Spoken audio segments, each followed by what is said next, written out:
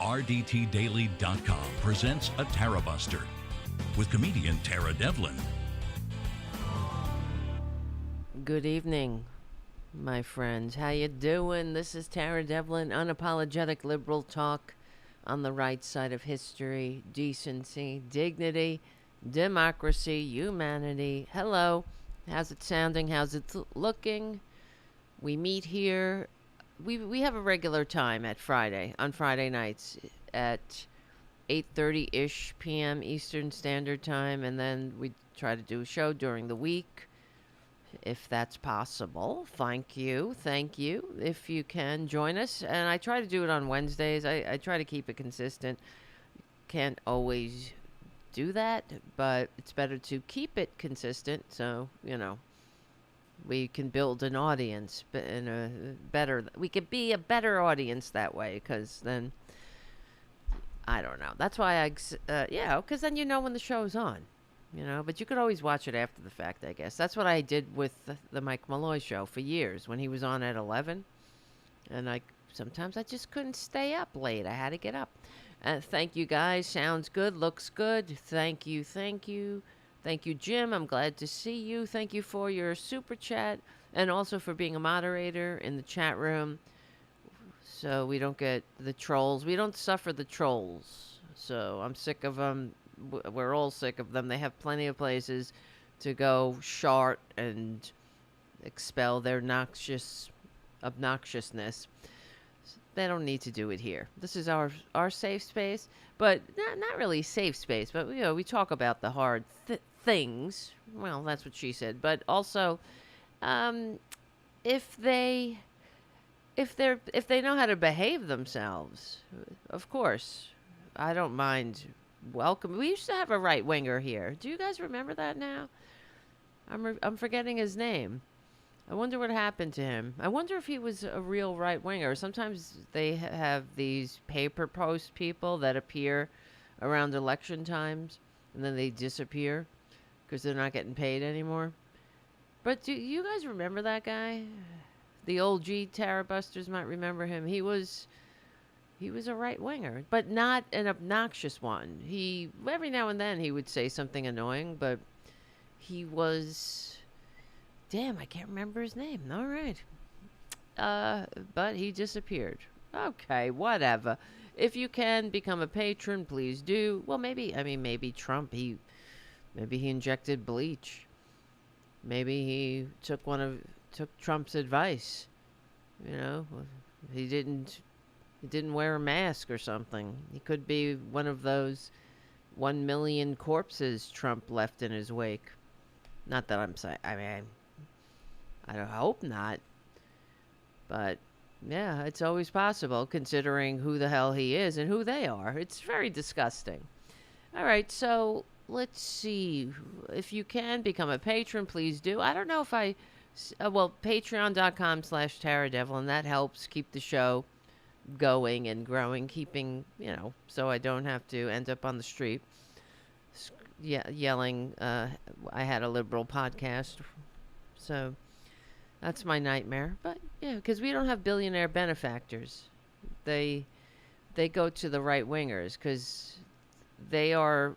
It's sort of like Candace Owens. She tried... For a minute, she tried to be a liberal pundit or broadcaster or whatever, an independent liberal media voice. But then she's a grifter.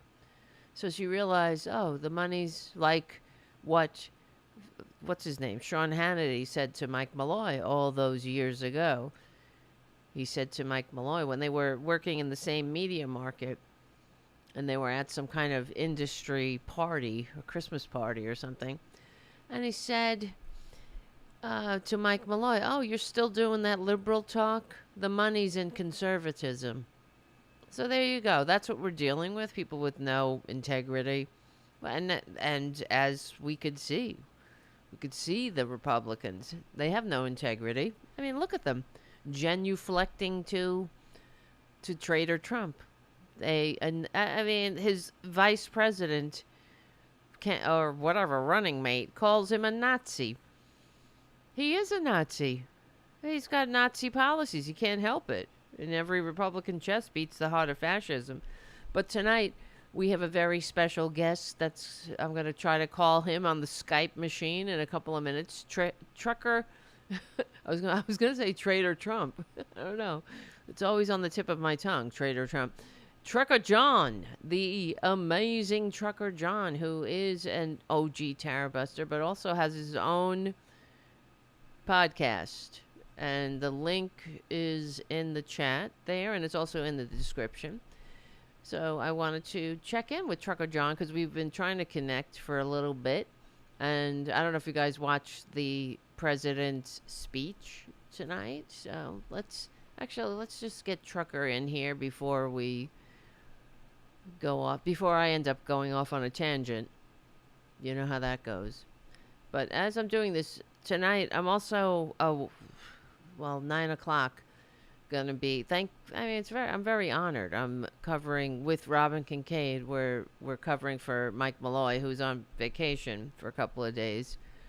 And so yeah, if you're a fan of Mike Malloy, which I am, and it's quite an honor to I can't fill his shoes, but I hope that the truth seekers on the Mike Malloy show at least, tolerate me or like me. I don't know. I need a haircut. I need a lot of things. All right, let me see. How do I do this? So I use Ecamm. It's a pretty good program to do what we're doing here. Podcast. It's supposed to be pretty user friendly. So we'll see. If I call Trucker John and he picks up, it's supposed to just kind of connect through the Ecamm. I'm calling him now. Trucker John, I'm calling you. It's ringing, but no one is answering. Why ain't you answering?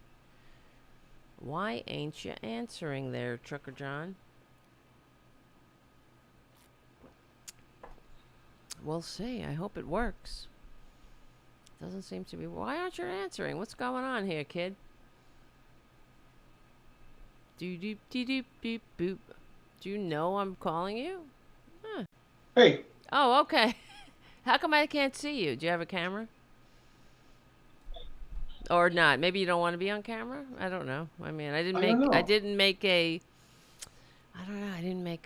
on the phone for you. I just made a lower third. Yeah, let me see. I see. Oh, there you are. There you are. Lovely. How come I'm just figuring it out. Yeah, me too. I don't know what the hell is happening here. Let's see. You're supposed to. This is you, and this is me. We're supposed to be. Why am I doing picture in picture? It's supposed to be split screen. Picture in picture. Why? Oh, there we go. Okay, that's better. Even though I should be on the other side, only because I made your lower third. On the other side. Okay, good. Hi. It's very nice to see you in the flesh. Well, I see you on your show, but it's nice to talk to you. So you can hear me okay, right? I hear you. Everybody, how is Trucker John sounding, guys? We have to get their feedback. Say something. Say. Testing 1 2. Testing 1 2. You sound a little echoey. Do you have a? Yeah, it's okay. I'm in this room. It's not really a great soundproof room. You got to get a mic like this. I'm telling you. Someday. You do. It's worth it because I think I told you a guy that would listen to my Tarabuster. What were they called? The tirades on Progressive Voices. They were like 2-minute things I did for Progressive Voices, and he said, "I love your tirades, but your microphone is horrible." And he said, "I'm an audio engineer. This is what you need." He wrote it all out, and I've never looked back. It really makes a difference. I have an air conditioner on and a fan, and you cannot even hear it. It's incredible. So anyway, and I'm in a big room that doesn't have padding, or it's not a sound studio. So whatever. one step at a time. But you do have your show, right? So what made you want to do a podcast? Just wondering. It's just evolved over the years. I mean, I was on the road and I was doing the show from my truck, Right. at truck stops. So for me to have, right now I've got a ring light and I got a little table. Right. I mean, this is like a step up, That's I how was it doing, goes. Yeah. Yeah, I was in the cab of my truck, and the big joke was I would write on a manila envelope. I would write stuff, and I'd hold it up, and I go, "Look, these are my state-of-the-art graphics," And, Right. so I mean, that's where. So I'm taking it, a little by little. Now I got a green screen over here. Yeah, that's awesome. And I'm able to put, when I do my show, I'm able to actually put some little Hold screenshots or little graphics or little things. That's great. I'm just learning as I go. I'm just little by little. No, I mean it does make a difference, and I appreciate. I think that you have the perfect job for a podcast. To travel, and I'm kind of jealous that you. I mean, how long have you been doing trucking? Well, I got into that, and I got my license in 2004, my CDL, and I was driving all over the country, cross country. But actually, I haven't. I parked my truck about a year and a half ago. Oh, really? So you haven't been traveling? Yeah. So I've just been here. I've been in Las Vegas. I live in Las Vegas, and I've been driving Uber actually for the last year. Oh, wow. Well, once a trucker, always a trucker. So, right. That's That must have. I mean, I give you a lot of credit. So you recently went to a Trump rally, right? What was that like? Yeah. Or a Trump event? What was it exactly? But yeah, I guess they call it a rally. It was in Las Vegas. It was actually, it was kind of weird, because when you're walking around, it's a very nice park. It's kind of a park setting, and there was actually a lot of people there, but it was probably like, I figured maybe like 3,000 people, just kind of walking around. And then where Trump has his actual little speech where he does it, that's all perimeter off with the Secret Service and okay. Well. And I did have a ticket to get in. I could have gone in there if I wanted to, but oh wow, I didn't want to go in there because it was a big line to get in there, and I didn't feel like waiting in line to go through security and all that stuff. So I just stayed on the outside, and it was just like a lot of families, but everyone was wearing MAGA gear, Right. And it seemed, but there was all age groups. There was young, old, families. It was just like a day at the park. But then once Trump started speaking, and then I got pretty close to the perimeter, and there was a big group of, MAGAs all around me. Maggots, yes. And I was, I didn't know it, but my camera, because from the heat and the sun, my camera got overheated, and my phone, because I do everything off the phone here. Right. And the iPhone. And I thought I was live streaming, but actually I wasn't. But I couldn't keep my mouth shut. I was just sitting there because he was, saying his stuff, and I'm going, this guy's a rapist. I said that, And all these people all around me, they all turned and looked, Wow. Good for and you. I just kept going. I kept saying stuff You gotta. I know. I couldn't help myself. I really wanted to be an objective observer, and just be in their element. Here I am. Definitely. But it's scary. But as it was, these people were closing in on me. I felt the tension of it. I felt like I was going to get jumped. Oh wow! This one lady got in my face and started yelling and screaming at me. Really? And then there was this other dude. He comes in behind me and he's like, "You're a fool. You're a fool." You're a fool. Okay. Yeah. For what? For what? I was just because you were commenting. I was just saying stuff like because Trump was lying about the economy, saying that we're in the worst economy now because of Biden and all this stuff, and I'm just going, that's a lie. We've got the best economy in 50 years, Right. And people couldn't hear it. They were responding negatively. Then they were telling me, you just shut up, get and all this stuff. And this one, like I said, this one lady was yelling at me. She was talking about Afghanistan for some reason. She said, "Oh God." Yeah. She's like, "Oh yeah, all these soldiers die in Afghanistan." Oh my God. And she was practically almost like, I don't know, just turning red and screaming in my face, and I go, at least he got us out of there, Nobody else could get us out. Yeah. So and it just got kind of hairy, and I felt like I was going to get jumped. So I just go, well, I just left. I left that little group. I didn't leave the park, But there was a group of probably 30 or 40 people like all around me, and I was like surrounded, you know. Right. That's very scary. I mean, I give you a lot of credit for opening your mouth. It's hard to do. It's just probably stupidity, but yeah. on my No, part. no, I hear you. Because it's not. We're no longer in a rational. We're not talking to rational people, and they got nothing. I mean, I know because I deal with them just on virtually. They're horrible, and they have nothing. They will just call you names, and they don't really have any response except to be violent. And this is what and to be a troll or I mean, I've had to deal with like harassment and all this other shit, but that's all they have. There's no discourse. They don't want to hear the truth. They'll say, "Oh, you're ugly," or whatever. It'll just be nothing. It'll okay, whatever.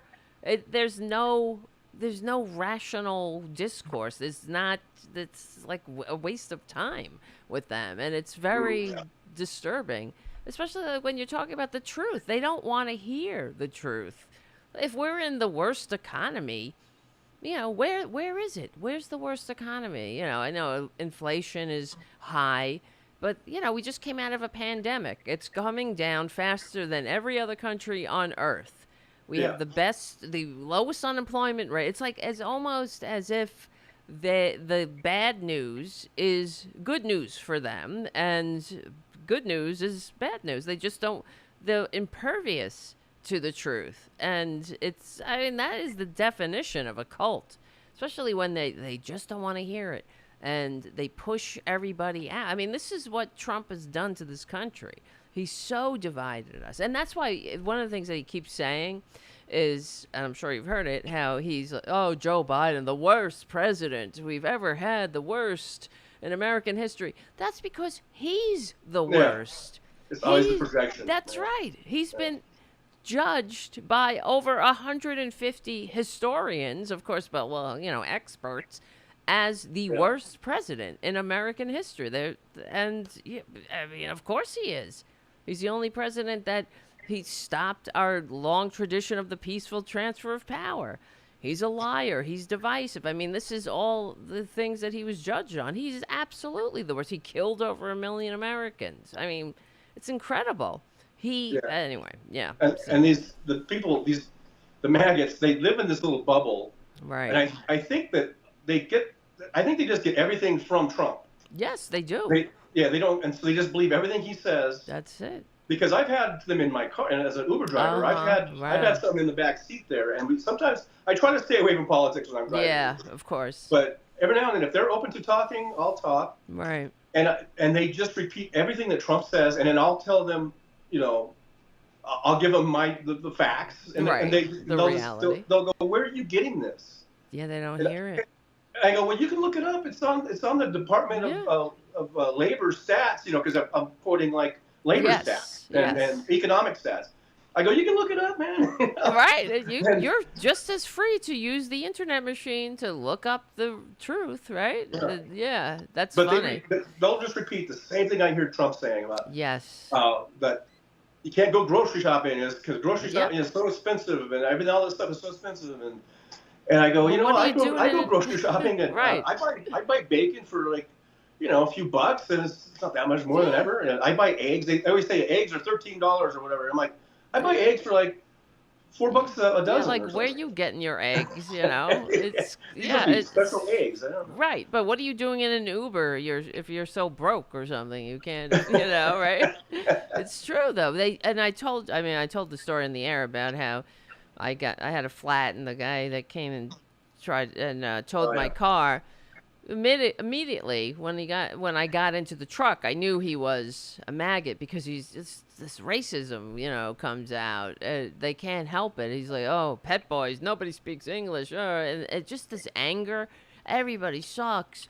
And he was going on about how Joe Biden. Did you know what Joe Biden said? Because I have a hybrid half electric car, a Prius or whatever, and he's like, "Oh, these electric cars, yeah."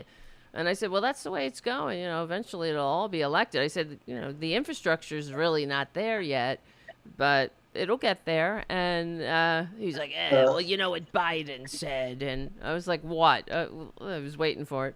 He said, Biden said he don't care. They can afford it. Like talking about average people. I said, I highly doubt that Biden said, when asked about whether average people can buy an electric car, that he's like, yeah, fuck them, they can afford it, right? Who would do that?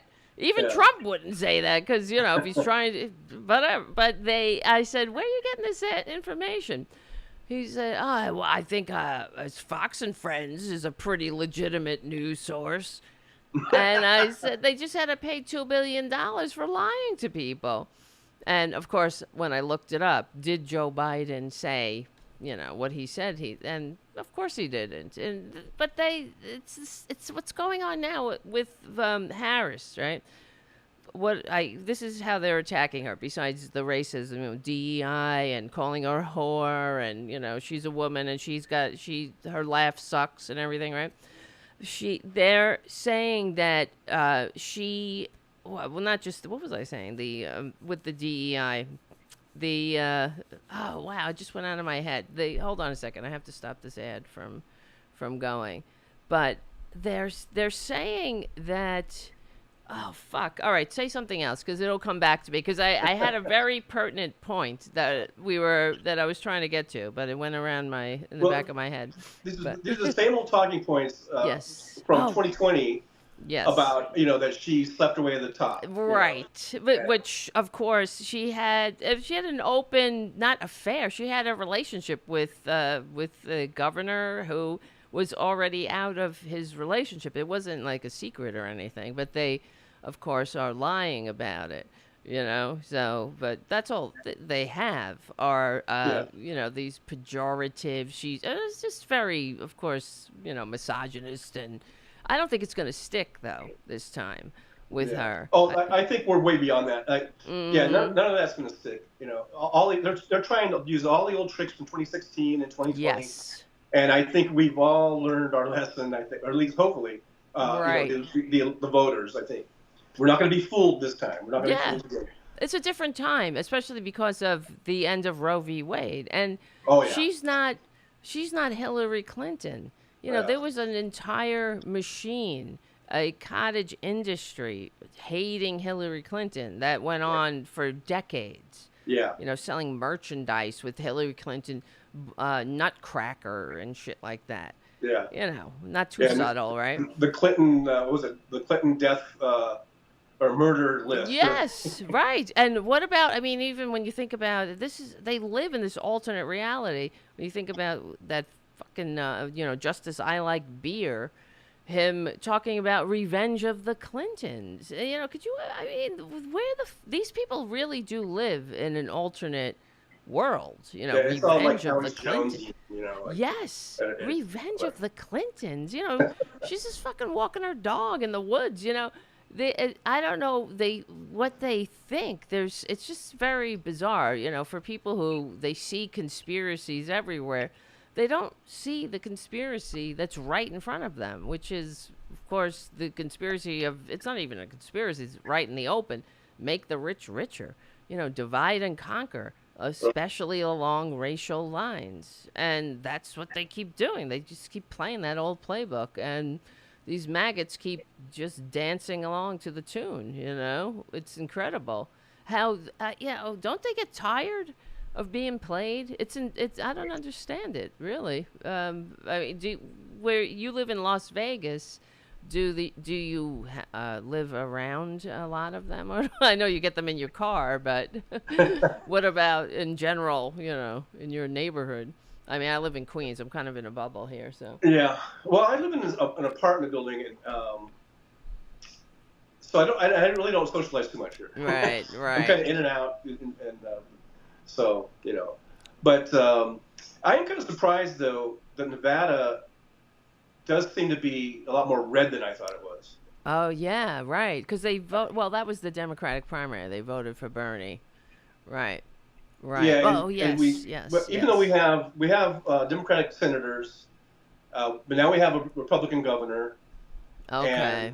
So they're kind of purple, right? Yeah, kind of purple, and I guess if you believe the polls, I guess Trump's been leading in the polls. I don't understand. Yeah, that's But what that was the old polls with Biden, so right. I don't know. I see how these new polls. I know that Harris is just Yeah. killing it right now. She's gonna win. She's gonna win. I am not trying to be whatever, like sit Yeah. back on our laurels here, but Right. I really appreciated when Joe Biden dropped out, and then pretty quickly after he released a statement about endorsing the VP, and Rachel Maddow was on MSNBC, and of course Katie Tur, who is an undercover maggot. I mean, we just gotta face the facts here. She's really unbelievable. But Rachel Maddow was on there, and she was saying it right out. She says, Harris is going to be our next vice president. I mean, our next president. She's going to be the first female president of the United States. She was saying it pretty adamantly. Not that she's the last say in it, but I don't see people, independents. Let's say, the maggots are entrenched, but they're a hopeless lot. But I don't see independents looking at Trump and as he's going on about windmills and nonsense. He has nothing, promising to be a dictator, just a horrible person, calling people names, and going, I more of that, please. That's why it's very, it's fascinating. Oh, but what I was going to say was about earlier in the day, I was watching, I watched Morning Joe, and they kept playing this throughout the day. These what's her name? She does the focus groups, and she was Elise Jordan. So she had like 6 maggots, female maggots, and she was asking them about, of course, the question she was asking first was very slanted. It was like, who do you blame for allowing Joe Biden to continue in the presidency in this condition? Can you fucking believe that? Like, what kind of fucking question is that? That is like right out of the classic Republican push polls, Who do you blame? It's as if to say, he's got dementia and he shouldn't be the president. That's what she's saying, right? As if that's the reality. And if that's the case, he's certainly got a hell of a lot done, right? But the other thing she was saying was that something that they were asking about, well, would the vice president ever, what do you think of her or whatever? How do you feel? And they're like, well, she's terrible. And like you're saying, how they repeat everything. She's stupid. She's not, because that's his line. She's a dumbass. Right. She's stupid. It's like that's what he says about all women, like Bird Brain, Nikki Haley. Just not smart. And so these asshole women are repeating this, and they're also saying that she's failed at being the border czar. Now, that in its, and of course Elise Jordan does not correct them, because that is such fucking bullshit. And with this, it really pisses me off, because she is not the border czar. There is no border czar. And the fact that these maggots are like, she's failed at being the border czar. There's no border czar. She's not the border czar. And she was tasked, what the vice president, and this is how disgusting Fox News is, because they know this. They're not stupid. Oh, yeah. So they know what they're doing. But the vice president was tasked with it was a, what do you call it? They have a name for it. It's the, because there's push factors and pull factors in immigration. So nobody is going to take a 5,000-mile walk across a desert if things are, blissful in their hometown. Right. So it's called the root causes strategy. And so what the president and the vice president, what this administration is doing, is trying to foster economic development and to change the whole economy of Central America. So, but it's not something that will happen overnight. And she's been quite successful at this. In fact, getting over $5.2 billion in investment in opening factories, opening offices in Honduras and El Salvador and all these places that are the hot spots why people are leaving. Because they got nothing. They're afraid for their lives. There's nothing, but drug cartels. And so this is what they're trying to do. And it makes a hell of a lot of sense. But the fact is, that's what she's tasked with. It has nothing to do with the fucking border specifically. Right. The Department of Homeland Security is in charge of the border. And if they really, as we know, if they really gave a shit about the border, they wouldn't have blocked the bill that the conservatives wrote. And, for more border security officers, more judges to get people through, more fentanyl detection machines that they pretend they're so concerned about. Everything that the border, and in fact the Border Patrol were all for it. They were endorsing it. So they're like, hey, we need this. But, Trump said, and it goes right down the memory hole with these people, if it was even in the memory at all, right? I brought that up to them. Even at the Trump rally, and to some passengers I've had, I said, well, why don't the Republicans sign that border bill? And they're like, what border bill? Right. And I'm like, you haven't heard about the border bill? And they go, wow. Like, there's no border bill. And I go, yeah, there is a border bill. It's right there. Biden said he'll sign it. And I go, it's got bipartisan support. That's it. But Trump, told Mikey Johnson not to bring it up and to quash it. And they're like, they just look at you like, you're an idiot or making up, like I'm just lying or something. I'm like, that's what they think. That's why they're like, you're fake news. That's why he says, don't get any of your information. Just listen to me. He's actually said that. Don't listen to the news. Listen to me. That everything is fake news. It's right out of the Nazi playbook, Lugenpress. Everything is fake news, but what we tell you, and they're not going to tell them, according to, I guess, Fox News and all these other maggot cesspools, this country sucks. I'm really kind of sick of listening to it, to tell you the truth. Traitor Trump going on about how, what a horror. What did he say? We're living in a rat's nest. And I mean, fuck off then, We're in a fucking rat's nest. Well, maybe you are in your maggot roach motel, but I don't know. To me, it's like when I was watching the traitors storm the Capitol. I remember that feeling that day. As much as, I believe, as I say all the time, like, we're the actual patriots. We're trying to make a more perfect union. And watching these motherfuckers, storm the Capitol, and the more that we found out how horrible it was, and I was enraged watching this, just watching these fucking baboons trash the place. It's just such a disgusting, just so disrespectful. But what do we expect, really? When I think about look at who their standard bearer is. If you love your country, you put some con man, you put some freaking con man in charge. I mean, I wouldn't do that. I wouldn't leave somebody who hates my cats in charge of the cats. You know what I mean? It's like you get somebody who knows what they're doing. But yeah. It's insane where but it's actually, now I feel a little hope. So I don't want to get overconfident, but it's that's for sure. We just gotta make sure we all vote. Make sure we're all registered to vote. That's it too. And stay on it, but there's another, I don't know, it was a poll that came out, but we got the young voters are all excited about Harris. Right. Right. We got the young people are coming back. That's great.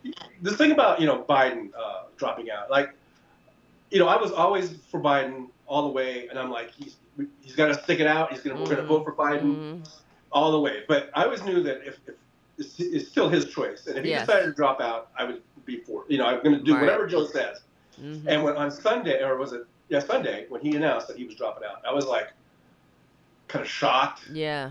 And kind of sad, Yeah. and everything. But within like a couple hours, I was just like, okay, we got to start supporting Harris, man. Yeah. So the first thing I did is I donated money. I went on.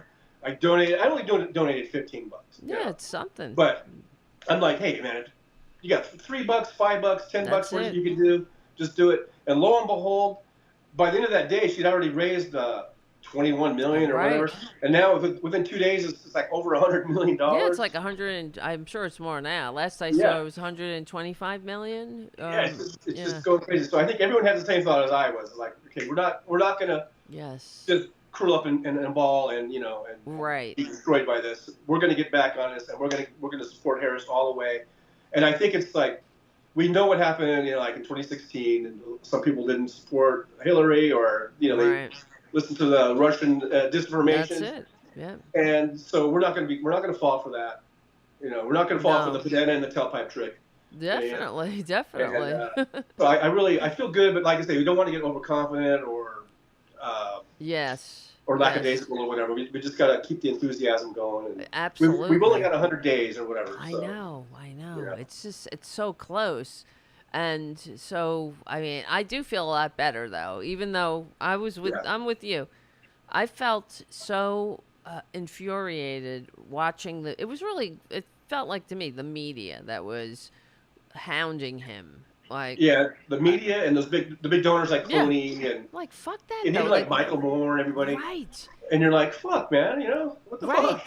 I know. And of course, we talked about it on the show, too. It's sort of like, all these straight white men, no offense to straight white men, but they're, these rich, I should say, straight white men that really they're not going to, they'll fare well under a fascist regime or not. Even if they don't, they can get the fuck out, right? Yeah. But it just seems sort of like, it kind of exposed this, of course, the problem of money in politics. Like, who are these donor assholes?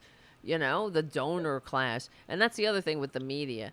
They never even point out that this is not normal. Why is there a donor class? I mean, I was talking about this with Robin Kincaid when we were, I think a couple of days ago, covering for Mike Malloy.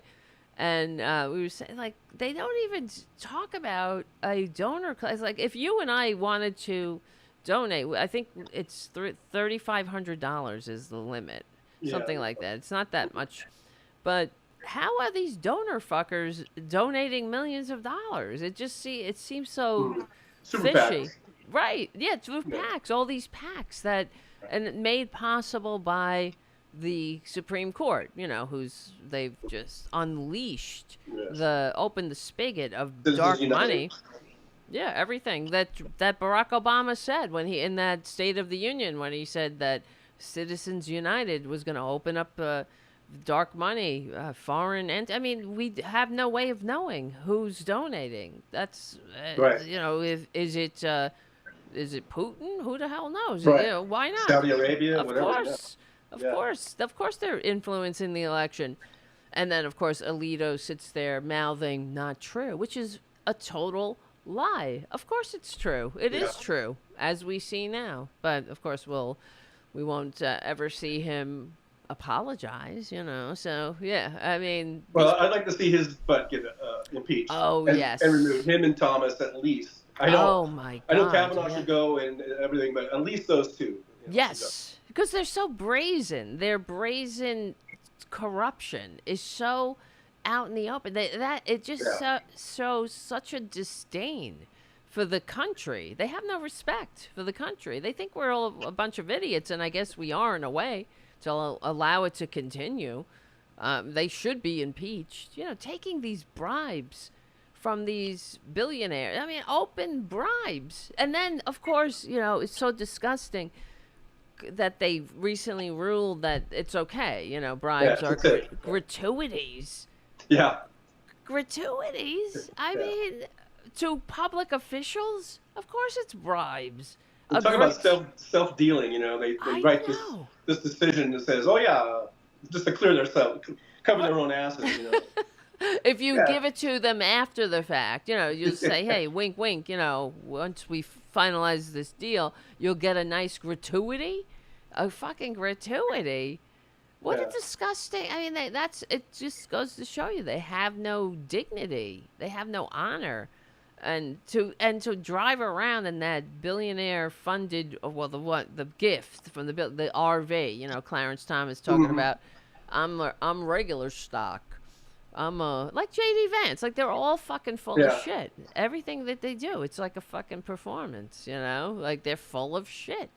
They gotta pretend they're real man of the people, you know, when it's the man of the goddamn suckers. I don't know. It's but it is an interesting time because with the Elise Jordan thing, actually, I'll play a clip later. But they, you know, I don't understand too how anybody is undecided at this point too. You know, there's, of course, you have the maggots who are entrenched, but how can you even think that you would want that? That's why it's very confusing to me. Why that anybody would want him to return to office? What's the upside? I don't get it. You know, they must not. And well, I guess it's the media too, feeding if they're not hearing the true, like what's really going on. It's baffling to me. Yeah, and there's so many people I think that they just don't watch news at all, or they don't, you know, and they just get a little headline here or there. Yeah, yep. I mean, right up until the election, maybe some people a few weeks before the election will start to watch a little bit more, but it's hard for us to imagine because I watch this stuff every day. I know. I can't help it. But we're kind of like the exception, you know. True. And almost everybody, you know, they're just working. You know, their families are working. They're doing their thing. People don't get involved with it. Even my own kids and stuff. That, you know, my kids are in their 20s now, but they're not really. I talk to them. So yeah, I'll talk to them about what's going on, and they're like, "I didn't know that." And I'm like, "Oh wow." You know, so I mean, you know. Right. Most people don't know. You're right. And then, you know, that's why it's so insidious when they hear, you know, what we were talking about on the show a lot with the polls, you know, they'll just hear everybody thinks Biden sucks, and they'll be like, yeah, I guess he does suck. I don't know.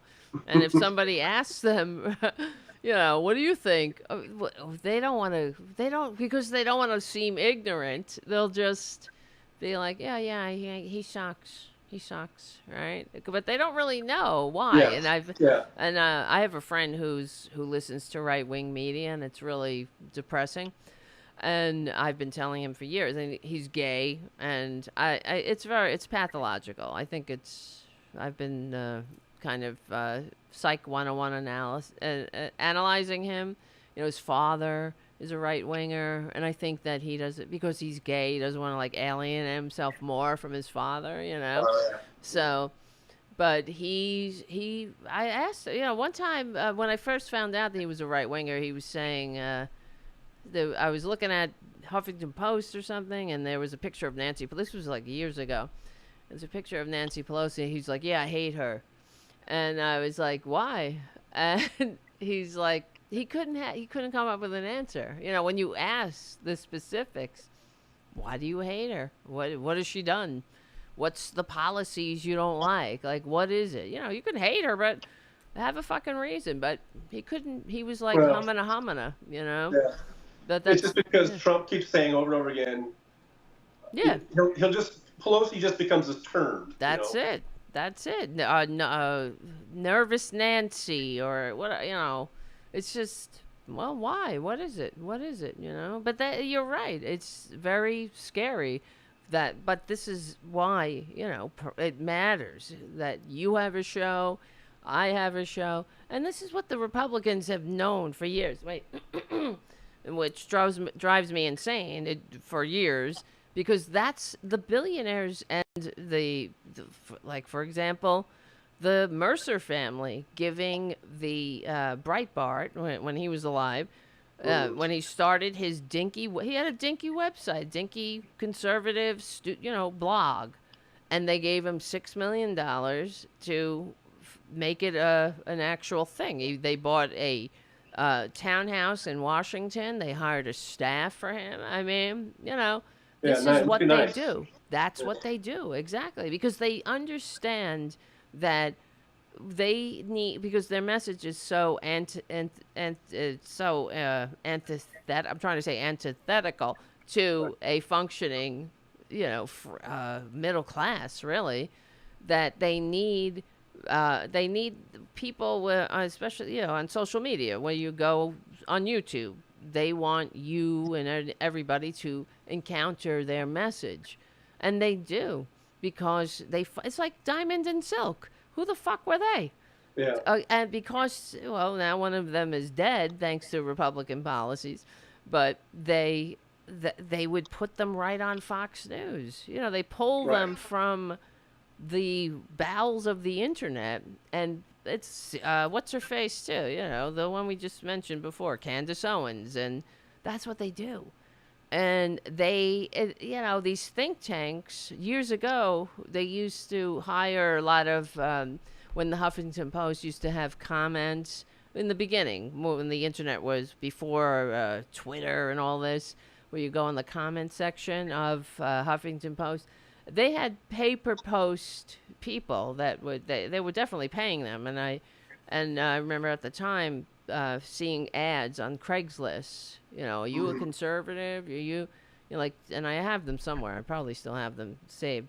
But they, advertising for people to get paid to write comments on blogs and you could tell they were fake accounts. They were new accounts. And they were going 24/7. So, because on the Huffington Post, you in the past they don't have the comments anymore, I don't think, but you could see how many times they posted. You could see when the account was created, and you could just see, like, no one posts like this. No normal person is up all night that they just created an account and they're just posting 24. It's just an account that they pass around. The precursor to paid trolls. That's troll it. Farms. Right. And now we have AI, We have bots and everything. And the bots. Yeah, that's right. But that's why when I was driving out the road, and I could get Rush Limbaugh. Yes. I could be out in the middle of nowhere, and I would get Rush Limbaugh. It's 24/7. Yep. And all of them, and even like Bill O'Reilly and Sean Hannity, Glenn Beck, the whole lineup. Yep. And then Air America came around. Mm-hmm. And if I was in a big city where they were at, I could get Air America, and that was it, just a few little places. Yes. And that's why I created on Facebook the progressive radio station list. Oh wow! And I put together this list because I found these stations as I was driving that covered Air That's America. Cool. Yeah, yeah. And all those shows, Randy Rhoads and Tom Hartman and everybody. And I even contacted you. Oh really? Remember this? I don't know how many years ago it was. I think I sent you an email or a DM or something, and I just said, "Hey, you don't mind if I put if I put a link to your show on Progressive Radio Station?" And you answered back and you said, "Yeah, sure, fine, go ahead." And that might have been like 10 years ago. Thank you. But, Thank you for doing that. Yeah, but the point is I was so tired of, like, I could get Rush Limbaugh and all those guys. No matter where it was at, I could get it. But if I wanted to listen to something that was liberal or progressive, it was almost impossible at first. And then it got a little bit better as time went on. But you're right. But like Rush Limbaugh, he was propped up by big companies to flood where he had 800 or 900 stations. Absolutely. Covering him. And you get like Tom Hartman or whatever. Maybe they're on at the height of Air America, maybe 100. Maybe? Yeah. I don't know. It's and true. Probably less than that now. Probably 20 or 30 stations. Mm-hmm. I don't even know. But it's just crazy the opposite, how warped it is. Well, that was a deliberate thing, these it's like that Sinclair media now. I'm sure you've seen these clips of they write scripts for local it goes out news. To all the stations. Yeah. It's disgusting. It's like right out of 1984, but that's not the first time they've done that. They've done it before many times where they'll say, I think it was when the Traitor was squatting in the White House. They were talking about about fake news. They had some kind of PSA about fake news that they all had to read. Yeah. Right? Yeah. And then and somebody cut it together. But then they hadn't done that in a while, but they did it again, and then it was noticed. But, it's just the money. Money is, and the because they don't give a shit. They don't care about the grand experiment in liberal democracy. They don't give a shit. They just want money. It's just so disgusting to me. Really, Yes. I mean, how much do you need? Really? And what we're just trying to have a decent middle class life here for the majority. Wouldn't you like to live in a country where people are happy and secure, and that's why I just don't get it. But it You has know, to be some kind of sociopathy or something. I don't it's know. it is total greed, and I think there is an addiction to money, Yes. and Yes. we all want money. We all want Yeah. to have some money and have some nice things and pay our bills and stuff. But when Mm-hmm. it gets to a point where you don't need any more money, but all That's you're it. doing is you know That's it. Yep. you're stepping on other people to get more money. I Right. mean, then there's a sickness there. That is. It's like that Dollar Bill McGuire, the guy who was the CEO of United Healthcare, who left. This was before Obamacare, who retired with a golden Oh, yeah, parachute of yeah, of six. What was it? 1.6 billion or something like that. I got to look that up. yeah. It It's so was. crazy. I think it was. It might have been 6 billion. No, I couldn't. That seems that's too much. But it was. It was It was over $1 billion. Like what motherfucker needs $1 billion? That's the thing. Where the people used to understand that. In the turn of the 20th century, in the first Gilded Age, people understood that the power of organized money, like FDR said, is just as dangerous as the power of organized mob. And we, I guess, have, because of what we're talking about, the media and Rush Limbaugh, the deregulation of the media that created these silos of information, that's all gone by the wayside. People don't seem to understand that, which is why, like, when AOC was first elected and she was talking about the 90% top marginal tax rate on the rich, like Eisenhower had, and she was being interviewed by Chuck Todd, and he's like, asking her, I got to find that interview. I'm sure I can get it on YouTube quickly.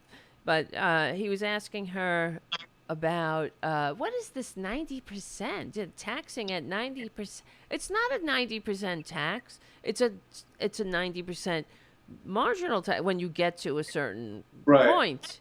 Then it's So that- 90% because you have enough money now. You can you're rich. You're fine.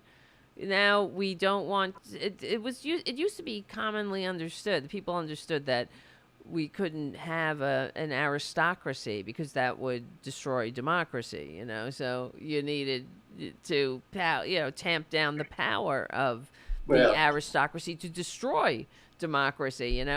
But the fact that Chuck Todd, I don't know if he's making it up, like feigning ignorance, but saying, what do you mean about this 90% tax? What is this? And and she has to explain it to him. Like, doesn't he know the history of the country and Yeah. it's just crazy to me, Yeah. And even when he said during one of the debates, he said, when Bloomberg was running as a Democrat, Oh, yeah. and Oh, he yeah. said, Bernie Sanders says that billionaires shouldn't exist. Mr. Bloomberg, should you exist? I mean, what a fucking disingenuous way to frame that question. Like, it's not about him. Should Yeah. he exist? As if he's a victim or something. Should you exist? No, billionaires shouldn't exist. You can exist and be rich, but why do you need $1 billion? Like, so we all have to answer to you? That's Yeah. it. That's it. It is a sickness. Because, you can't take it with you either. These are the same people, that, of course, that are always telling everybody about Jesus, too, But I don't know. I wish they were, I wish they did love Jesus, really, Because then we would have health care, universal health care, Yeah. living wages. People would have homes and all that shit. Right? Don't you think? Anyway. Yeah. And it's kind of like, did you ever see the show Secession? Yes. Yes. And the thing that I really took away from that show is how, the main character, what's his face, the old guy, Yes, I know. I can't remember his name either. would Yeah. get. I mean, when there's any talk of taxes, I mean, he'd get epileptic or whatever you call it. Yes. Epileptic. Yes. Yeah. But then they need to go have a party, and they all rent these helicopters, and they go rent this big right. park somewhere and drop a few $1,000,000 probably on some whim. But if God forbid their taxes are going to go up, That's 2%. right. Yes. And that's very real, I think. I mean, that's what it's all about, is about taxes. Yes. And that's the way with these radio shows. Like, I bet you if you put, Tara Devlin and Randy Rhoads and Tom Hartman on 900 stations right alongside of Rush Limbaugh, you would see, the ratings would be just as much or bigger than Rush Limbaugh. Definitely. And they would make just as much money. So it's not really about making money. It's about, like Tom Hartman has said, that he spoke with some guy who was a big wig in radio. He said, why would I put a show on that's about somebody that wants to take away wants to raise my taxes? Wants to raise my taxes. It's always about the taxes when it comes down to everything, and that's why the Republican Party exists. It's just basically to keep taxes on the rich low and to strip away regulations so they can do whatever they want with their businesses and not have pesky rules and laws. Yes. And then everything else is just to try to get votes. Yep. So they create these crises, the border crisis, and they create all these things about, abortion is murder and all this kind of stuff, just so they can get the religious people in. That's right. But the bottom line is, it's just about getting taxes down as low as possible, even to zero. Yeah, they don't. The top 1%. That's it. Back in the real, before democracies started before the Age of Enlightenment, that the rich didn't pay taxes. The aristocracy, that was part of the privileges of the rich.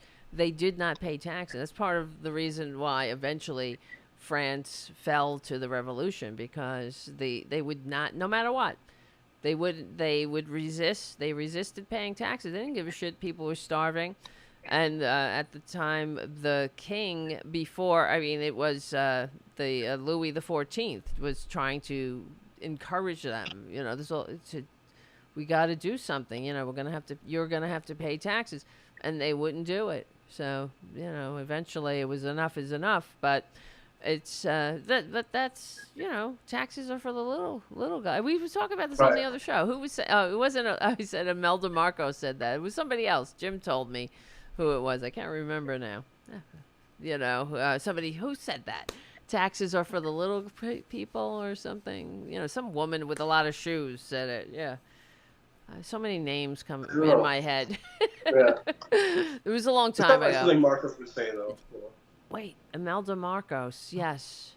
Right. That was the one who said, right, taxes are... Shoes. I remember she was the shoe lady. Yes, she had a lot of shoes. She had shoes that were worth more than yearly salaries. Yes, Imelda Marcos. People on I think she had a whole room full of shoes. Right. Motherfucker. Well, it just reminds me, in ancient Rome, Crassus, the richest man in Rome, went to try to defeat the Parthians, and he was so renowned or reviled, really, for his greed, that the Parthians, when they captured him, they killed him by pouring molten gold down his throat. So, yeah, sometimes I wonder, I think about Trump and Cassius, but, Poetic justice. Yeah. Right, the ancient justice, right?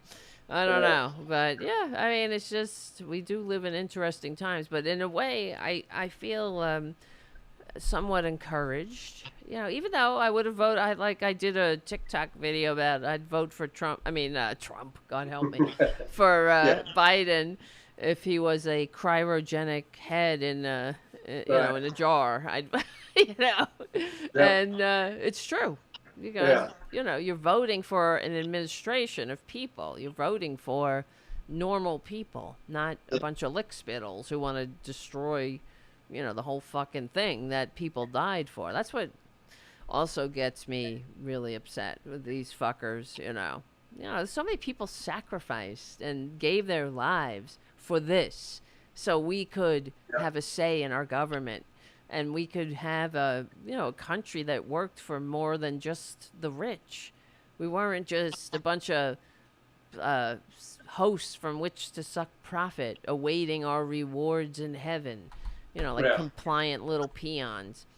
And they're really trying to drag us back to those times. There's no doubt. That's what they're doing. Yeah.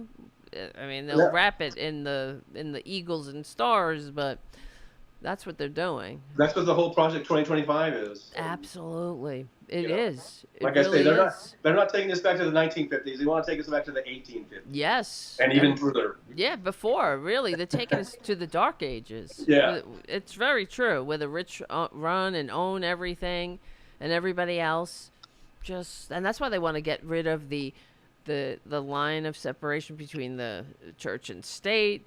And they're very emboldened now, of course, and the Democrat, because I'm sure you see they're putting the fucking 10 Commandments everywhere, kindergarten classes. Give me a break, like, mommy, what is adultery, right? Like, I mean, these are the same hypocrites that were like talking about Bill Clinton's blowjob. What am I gonna tell my children?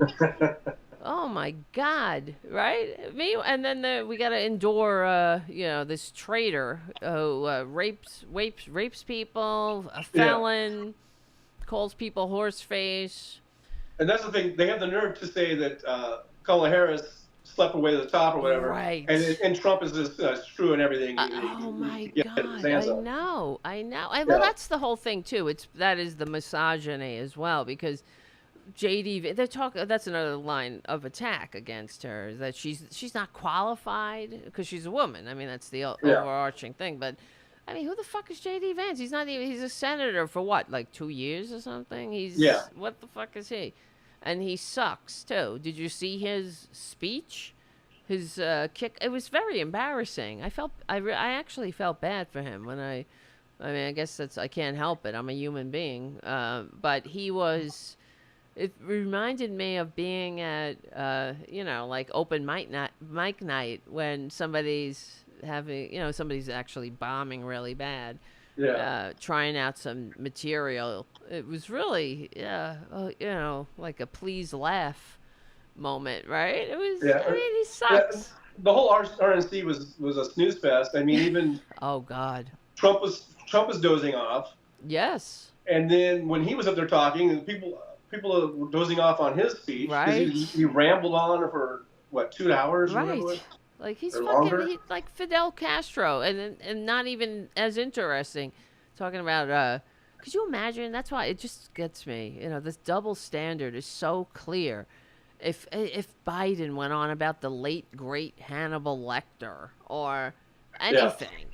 This asshole fucking talks about. He was just going on about windmills and wind. Everybody wants wind, and it's killing all our birds. The wind is killing our birds. Our birds, our good American birds. They're all being killed by wind. He's totally like some relative. That you have to sort of just shake your head. That's it. It's and like go, the drunk okay, at the Grandpa. bar. Right? At the end, all right, honey, all right.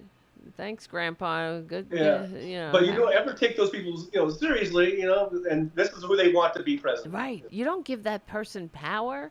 You don't give Grandpa power who thinks, birds are being killed by windmills, or, I mean, the birds like winds. What are you talking about?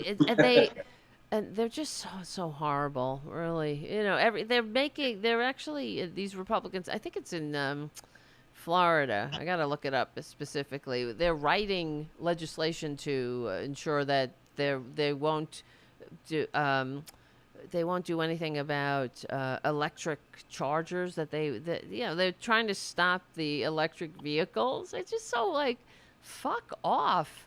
It's so insane that they're so backward, and they're not even hiding it. It's insane, but they are insane. I think you gotta be. I mean, look at them. And the other thing is, it's like when Barack Obama, everything, of course, is a projection or a confession, so you could find a comparable example. with everything they do. Like when Barack Obama, they would criticize him. He's a celebrity. They worship him. Right. That's what we Yeah. had to endure from these motherfuckers for years. They worship. They're an Obama bot. He's just look at them. And they would play video of when Barack Obama was elected, and he gave his speech that night, and there were people in the audience crying, and they would show them, look at them, it's a cult. But they don't get, why are they crying? They're crying because they're watching history. This is somebody we would never imagine this country electing. Yeah. You know, a man, a non-white man, and they don't seem, you know, that's goes over their head. But you know, Trump is a fucking traitor. He's a disgusting con man with a fake university and a vitamin scam and a history of sexual assault. But they're like, he played a successful businessman on reality TV. I mean, it's just nothing redeeming. No redeeming qualities. Nothing at all, even for his own children. I'm sure you saw. I don't know. Maybe you didn't. It's just so disgusting. Let me look at here. Wait. His what do you call it? His nephew, I believe, has a book coming out where Trump said that the nephew has a disabled child, and Trump, they can't help it, of course, because in every Republican chest beats the heart of fascism. According to this book that the nephew wrote, Trump made a comment to the nephew's Fred C. Trump III, commented to him that he should let his disabled son die. I think I did see a little. I didn't read it, but I saw a little. He said, Fred C. Trump III recounts these incidents in his upcoming memoir, All in the Family, The Trumps and How We Got to Be This Way, set to be published at the end of July 30th. In the book, Trump III describes two separate occasions where his uncle made disturbing remarks about his son William, who has a rare genetic condition that causes seizures and intellectual disability. In one instance, after a White House meeting with disability advocates during the COVID-19 pandemic, Trump reportedly pulled his nephew aside and said, maybe those kinds of people should just die. Can you fucking believe this shit? Referring to individuals with disabilities, citing the shape they're in and all the expenses. Wow. He's such a sociopath. Wow. Trump is. Yeah. You know, and that's why he's so awkward, because he's trying to play like he has some sympathy when he does some of these rounds. That's right. That's it. Even at the RNC, when he was trying to memorialize the dead fireman, right? And it was so awkward. Right. He kissed the helmet. Cringeworthy. Yeah, it was so cringy, because he's like, I think this is what someone would do if they actually gave a shit. Yes. But he didn't do it right. Because he has no feelings. He has no actual feelings. And, you know, when you compare him to Joe Biden, who's clearly an empathetic person and has suffered such loss, but he feels it too. That's, you know, because, you know, if something happened to one of Trump's kids, you think he wouldn't give a shit. He wouldn't fucking bat an eye. And in fact, apparently he said he was reluctant to name one of his son, Donald Trump Jr., because what if he's a loser? That's what he said. So, but that's why Trump, Donald Trump Jr., who clearly looks to me as somebody in recovery, I got it, so I could spot it. He looks like he's, he needs help, right? He can't, he goes on his podcast or whatever, and he looks loaded. Yeah. And that just says, if you can't not use for a couple of hours on your podcast, you got a problem here. Right. But he would never seek help like Hunter Biden did, and be open and say, I need help, and go to rehab or whatever and try to get your life together. But because he would be immediately disowned by his father, who would be not supportive, he would be embarrassed of him, no doubt. He wouldn't Yeah. be, it's okay, son, or whatever. No way, no way. No, he's not. He's a sociopath, Yeah, yeah. no He's doubt. incapable. Yep, there's no And cure I for think it. they all are. I think the whole little clan there Yeah, are all some sort of yeah. pathological They something. gotta. Yeah. They have to be. I think that what's her name? Ivanka. She's like, maybe, I don't know, she may not be a sociopath because she's like, even though she sucks too, but she's distanced herself. But the rest of them, I don't know. They're all like the daughter-in-law, and like, oh, and Yeah. what's her name? Kimberly Gilfoil. Like, what the fuck is that? What's that about? I was talking. Actually, I feel like I'm repeating myself because I was talking to Robin about this when we were covering for Mike Malloy. That I used to know Kimberly Gilfoil when I worked at Court TV, and I've talked about it here on the show. She was normal at the time. I mean, whatever. I wasn't a friend of hers. She was a colleague, and she, I hung out with her a couple, like in the world of what we were working on, and she, we would all like hang out in somebody's office or whatever, like sit around chit chatting and shit. But when she was married to Gavin Newsom, and I was talking to her about, she's like, I'm bi-coastal and it's tough and blah blah, but she was normal. She's absolutely normal person, and she didn't seem like a right winger at the time too, because at the time it was there was a lot of like Bush v. Gore shit going on, and a lot of people, you could tell what, and she didn't seem to be a Republican to me, but whatever. Something is fucked up. Obviously, I didn't know her, but how do Yeah. you just go with this? She's a grifter now. She's just a Yeah. grifter. How much of it is just an opportunistic Right. It's situation? opportunity. Because Yeah. that's it. And willing to sell yourself out like that. That's it. Because she's not on she was one of the anchors on Court TV at the time. Not a major anchor, but like a smaller one, like one of the backups. But I guess that never worked out or something, and now she's got a podcast on Rumble, and she is selling gold and all kinds of grifts. It's very, the Trump Bible and whatnot. Yeah. It's just, wow. I don't know. I would never do it myself. That's why I just can't relate to it. I really don't get it. I do not get it. So what's next for you and your show and all that, Trucker John? Just What do you think? I just do kind of a regular thing, Tuesday, Thursdays, and Saturdays, and just sort of squeezing it in with my Uber driving. And No, it's great. It's fabulous. You got it. I wish more enjoy would doing do it. It's like I've been doing it for a few years now. Actually going back to being in the truck, and I just enjoy like sort of getting better at it or evolving, Right. improving the Yes. show. And I get a Okay. great interaction with all the chatters, all my Yes. subscribers. That's the best. And so I have a really good time. It's sort of cathartic for me, I guess. Or Right. No, it's great. It's great, uh, and you're great at it. And if people on the chat aren't subscribed, look in the Jim, thank you for posting the chat. I mean, Trucker John's link again. And we all have to support each other, definitely, because there's not enough of us out there doing it. Because that's why you got to do it. You just dive in, and it doesn't matter. That's when I first started doing the show. I was like, it doesn't have to be perfect.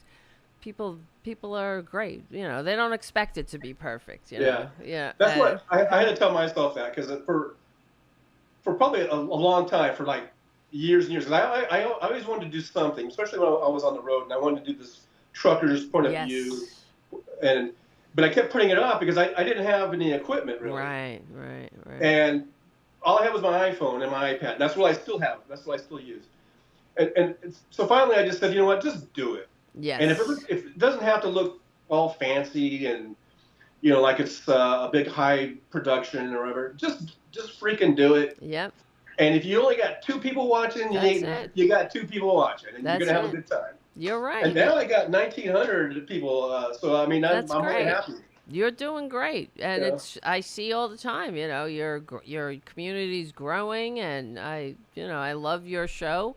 It's amazing, okay. And I see that you do the after show. What is that for? Hal Sparks. What is that? Well, it's not really official after show, but you know, good idea. The folks that hang out for Hal Sparks, he's got a pretty big following, and so we're called Sparklers. If you're that's great. So then I thought, well, you know, and a lot of times the show will be over, and people were like, they want to hang out more. They still want to talk, yeah. Yeah, so I just started coming out with these. Let's do it after show, and sometimes I do a pre-show, that's a House Sparks perfect. pre-show, and sometimes I do a House Sparks after show. That's a really great idea. I think. Yeah, we hang out, and it's open to everybody. You don't have to be a sparkler. You know, right. Be anybody, because that's the internet. You know, no, totally. Can jump in.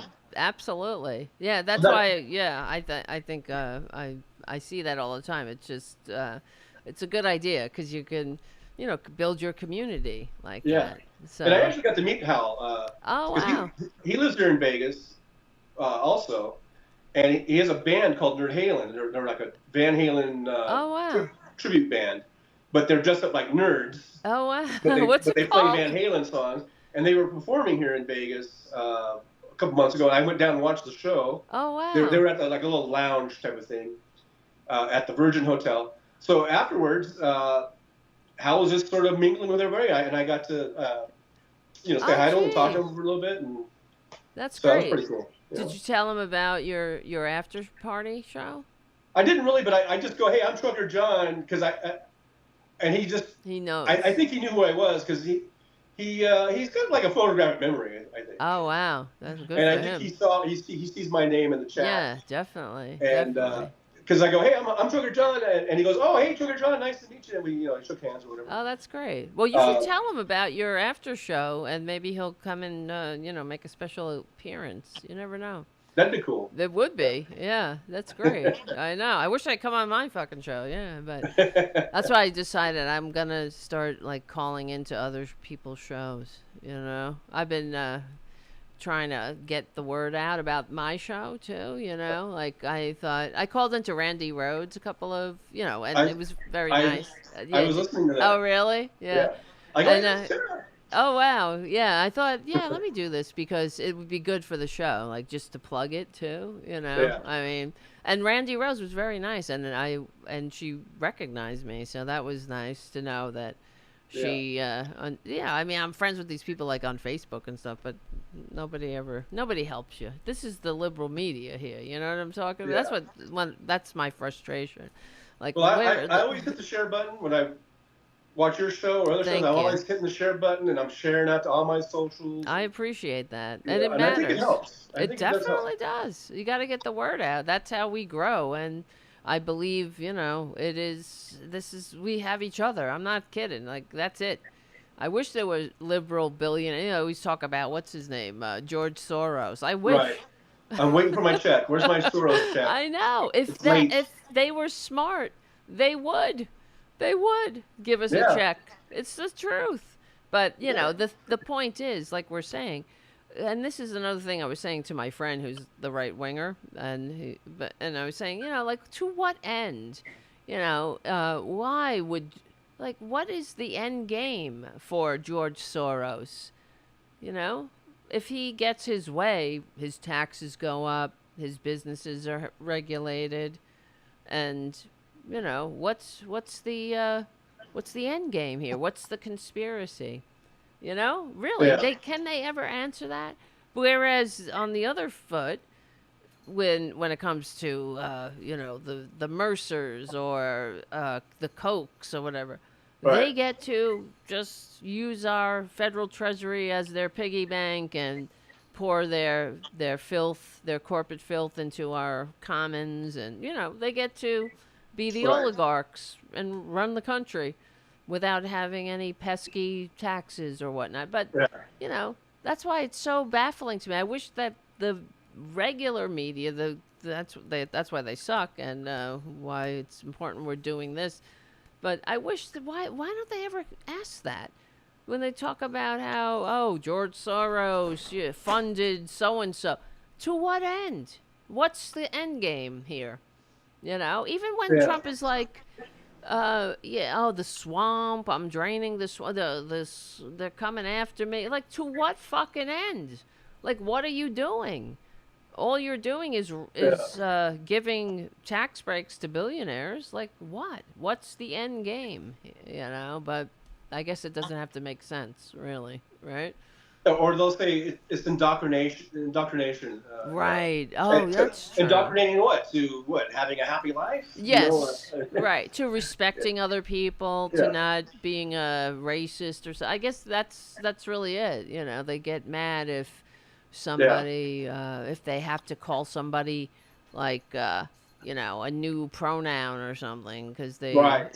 That's it. That's very upsetting to them. It's like, fuck off, like, just call people what they want to be called. Like, what's the big goddamn deal? Yeah. Right? I know that's the stuff they worry about. And I'm like, that's what you're worried about? Right. That's what you're going to go on about? Yeah, genders. And somebody, when I was at I went to when Traitor Trump was arraigned here in New York, and they had the Trump banzees on one side and the normal people on the other side. And some bitch was like yelling at me. And something about genders, and I was like, what the fuck business is it of yours? Like, what do you care? Yeah. She was going something like, kids are genders, and I'm like, what do you care? What is it your business? It's none of your fucking business. Yeah. But they always talk about, it's the children. They don't give a shit about children either.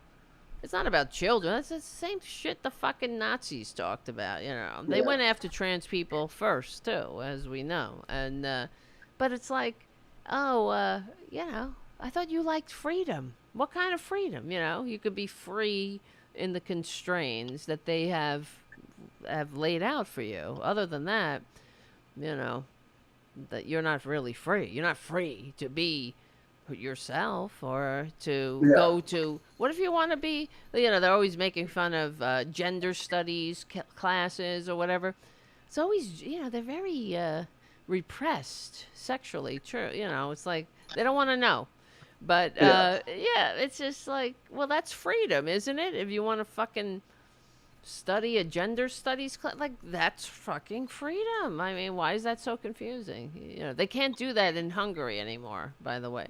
They all the gender studies classes have been outlawed, as DEI as well. That's why they're calling, VP Harris the DEI, and DEI is supposed to be so bad.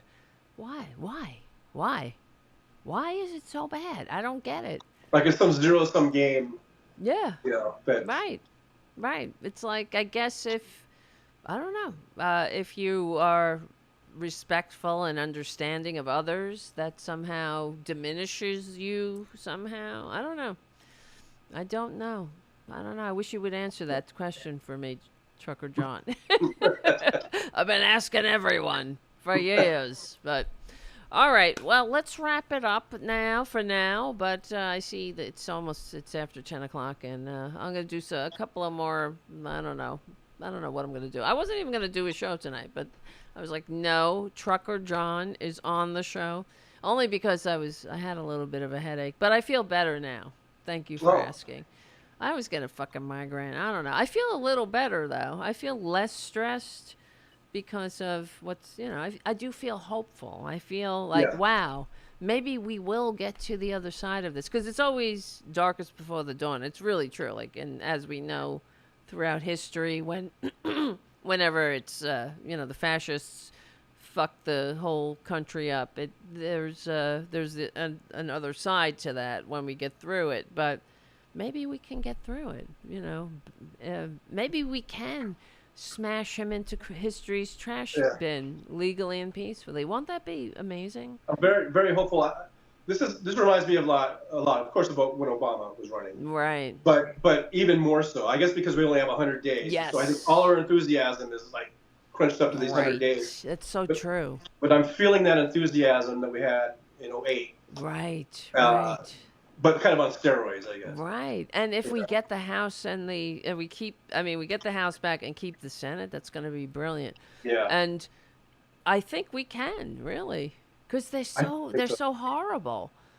And and this is what Republicans do all the time. They can't help. They always overreach. Always. Whenever they get power, they just can't help themselves, and they have really gone nuts with everything, like IVF, contraception. Like, what? Yeah. Contraception? That's your business now, too? It's fucking crazy. Like, when they said, to Trump, what's your feeling on contraception? Oh, it's coming in 2 weeks. It's going to be great. It's amazing. I think it's very smart policy. Like, that, what? Shouldn't the proper response be, I don't know. It's none of my business. Let's fucking, you want to use contraception? Go right ahead. Like, fuck off. Like, how is this? It's baffling to me. So, contraception? That's what they're talking about. And I didn't see that one coming, really. Like IVF or I know. IVF thing. IVF. I'm like, what? They're taking that away too? Yes. Isn't that insane? Yeah. I mean, yeah. I wish the Democrats would listen to us, really, too, because, the abortion rate, as we predicted, is up in the country because everything they touch, they destroy. They didn't decrease the abortion rate. They made it worse. Right. And they continue to make it worse. And they will. All they do is add trauma to people's lives. Trauma and needless trauma and drama and pain and suffering. Uh-oh. What's going on? Oh, I thought Boudica was bothering. Little Spooky is over here. Let me see if I can get Spooky. Hold on a second. Hi, Spookarookie. Oh, I got him. Look at him. See? Spooky. You see him? He's cute, right? Say something, Spooky. He's a guinea pig. Oh yeah, guinea pig. Yeah. Yeah, he was abandoned. I never had a guinea pig before. Listen to him. He's not happy. He's a little upset. Kind of squeaky. Yeah, he's a squeaky. They call it weaking. Oh. He's very cute. He's the sweetest little thing. Can you hear that? Yeah. He's such a sweetheart. And the fact that somebody put him in a bag and threw him out. Can you believe that shit? So. Oh yeah, that's fucked up, right? Pretty horrible, yeah. Isn't that horrible? How do you do that? And especially the more I get to know this creature, I never had a guinea pig. I think you just see how sweet and innocent and helpless he is. And how could you do that to something that is clearly, has feelings and a heart and wants to be, just wants to be loved and like everybody else. It's very sad. And he does. They're very social. I didn't understand. I never knew that. When I go over, he comes up, jumps up and stuff and goes on his little stumps and is like, hey, And he loves peppers. He's very cute. He's just adorable. I mean, they do poop a lot. That's the only downside to it. But there's that. Yeah, they do. They poop like 100 times a day. 100. It's just pooping everywhere. But they kind of, if you train them, you can get them. They, you put it in the bedding or whatever. They just poop to the side. But they poop all the time. Well, because that's the way their digestion is. They don't fart apparently, so they just eat, and it's like a machine, and it just poops, constant poop. It's just poop. It's a lot of poop. Always just cleaning up the poop all day. But it's like, I figure when you love, that's the way it is with people. You love somebody, you deal with their poop, Yeah. Literally and figuratively. So, all right, my friend. It was really awesome talking to you. And, likewise. Yeah. Let's do it again. How's that sound? Sure. Sounds good. All right, my friend. I'll talk to you later. Okay. I'll see you in the chat. All right, Tara. All righty. Bye-bye. Trucker John, everybody. That was awesome. What do you guys think? What do you think? I just want, we got like, I actually started the show pretty much on time tonight. So I think we'll do another half hour or so I can get unconscious a little bit earlier tonight. I'm a little tired, I guess. I am tired. Look at me. I'm exhausted from life. I'm always exhausted. Been sitting in this chair since 9 a.m. My ass hurts a little bit. A little bit. But before there's a few things we should talk about. That was great talking to Trucker John. He's amazing. Should be the co-host of my show all the time. I love that. And if you haven't subscribed to Trucker John, just do it right now. I don't want any excuses. There's no reason to wait. Just do it. Hit the subscribe. And same thing for my show. If you haven't subscribed, hit the subscribe and the like, and the notification bell, so you'll be notified when the show goes live. We go live here at 8:30 p.m. Eastern Standard Time-ish on Fridays. That's the regular spot. And then try to do one during the week. If you can become a patron. I mean, Jim, thank you for your super chat. It's very lonely looking super chat there. I think I opened up the the friggin', what do you call it? The what do you call it? Memberships on this channel. I just hit I use the generic emojis or whatever for now.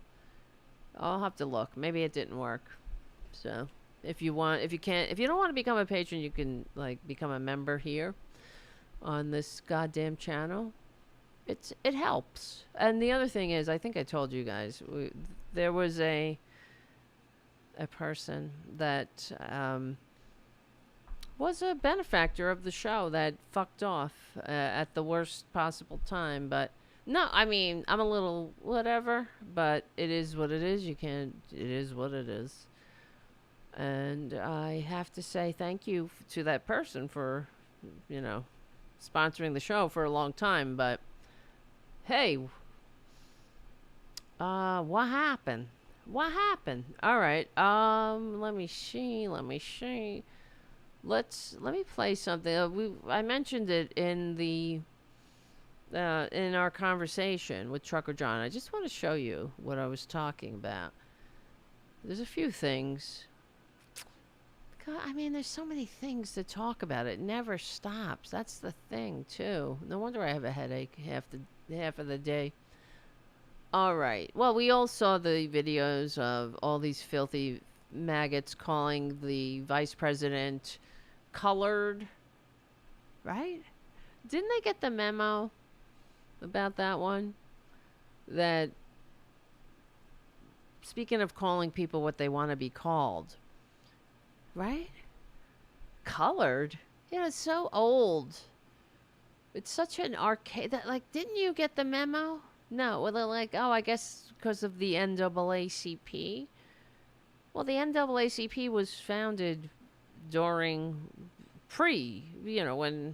when it was, well, they had a discussion, an open discussion about should they change their name, and they decided not to because it was known as the NAACP, and it harkened back to their original struggles and how they progress was made.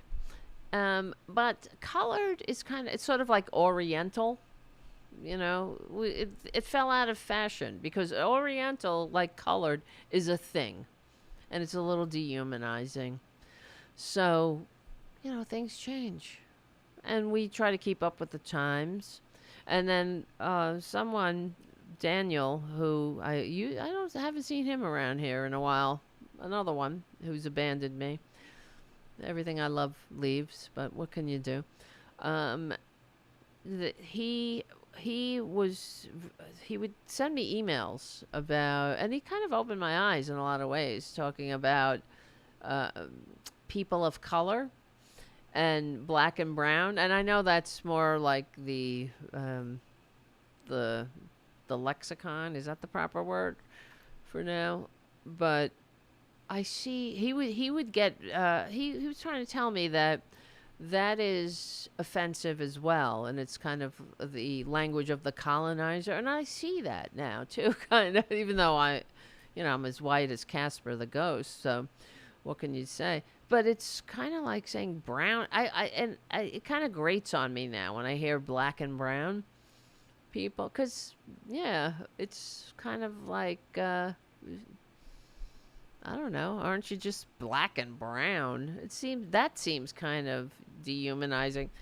And also we're just people, and things have changed. Like when I was a kid, I'm sure you remember, not when I was a kid, but maybe when you were a kid, everybody was that black guy or that Puerto Rican guy, or things change, and now that's a guy, right?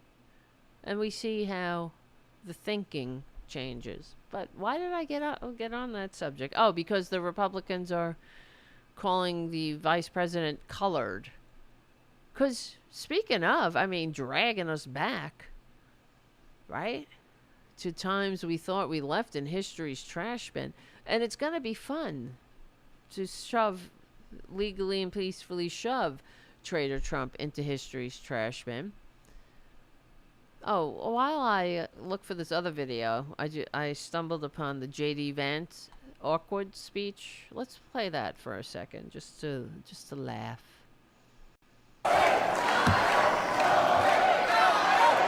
O-H-I-O. O-H-I-O. Wait. When I see... Wow, I'm so embarrassed for him. Now... Wow. And they played Joe Biden, right? They fucking played him on that debate on a loop, like when he was stumbling over his words. Now, he's not ready. He's not ready for prime time. But these are the same people calling VP Harris unqualified. That's the nerve of them. Because, the only qualification you need if you're a Republican is to be rich, white, and male. In that case, you're unqualified. You're not being qualified is the selling point for them. When I see... What? Wow. I feel like I'm at Caroline's open mic night, or Gotham, watching some newbie fail epically. Have you ever seen somebody bomb at a comedy club? I have, because doing stand-up, it's painful. God help me. So far, I've never bombed. I'm just knocking on wood. I've had good nights and bad nights. Not that it's always the best, but I've never bombed, but I've seen it happen, and it's really hard to watch, and I feel very bad for the people who've bombed. What? Where can I get a good fried bologna sandwich right now? How did you fuck off? This is the guy who makes it. We're talking about donuts all day. You can tell what I skipped lunch, so my mind's on donuts here. But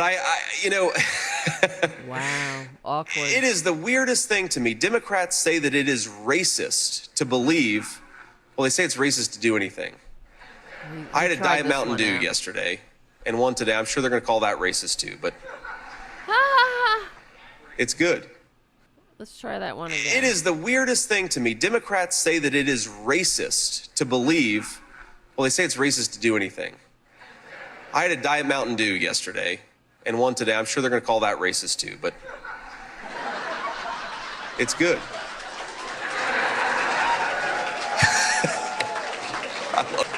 Oh my God.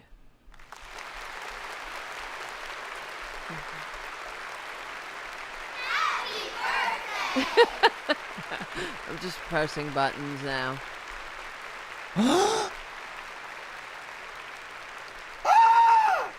That's what he felt in his mind. Democrats say. No, nobody says that. I mean, we say you're racist, yeah, but nobody says, oh, you drink a Mountain Dew? That's racist. In order for it to be funny, it has to have some semblance of reality. That's what makes it funny. It has to live somewhere in the real world. It has to be rooted in reality somewhere. It could be an exaggeration, it could be, but he has nothing. He doesn't know these things. He's got zero charisma. Exactly, Jim in the chat. Negative charisma points. But he's there. He's going to be vice president, right? They want to make him one heartbeat away, one 78-year-old asshole's heartbeat away from the presidency. He's going to be somebody. He's going to make America great by dragging us back into the Dark Ages. But no, we don't just call you racist because we don't have anything else to say. It's not like we don't have a lot of words. We're not like Traitor Trump. You know, we have a vocabulary. We don't have the vocabulary of a 12-year-old. We know words. We got the best words. And if you weren't racist, we wouldn't call you racist. It's not just a thing we're saying.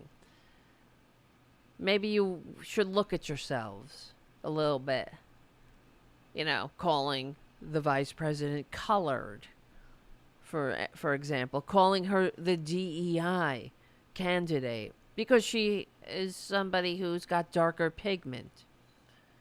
That's all. And she's the vice president of the United States. I know how much you lie about her, saying she's an idiot and all this, but she's earned her way. She's earned the votes of the American people again and again and again, and she's been damn good at her job. Unlike who? Him? Who's the pet of a billionaire? Yet another pet of a billionaire. I mean, these fucking people really need to go. Go be a billionaire. Go away. Go be a rugged individual. Go on a desert island. Make your little libertarian paradise of white people. And no DEI. No thinking about anybody else but yourselves. God forbid seeing the world through somebody else's eyes. But just go. Who are these goddamn people? Then they say they love this country, right? In order to love this country, you know, you need to respect the country. And they have no respect. This fucker who called Trump Hitler, who knows what Trump is, you don't just change your point of view. Oh, no, he's not Hitler. I see the light? Why? How? You see the light? He just sounds more and more like Hitler every day. He has a plan to be Hitler now, written in a 900-page document called Project 2025. What's changed?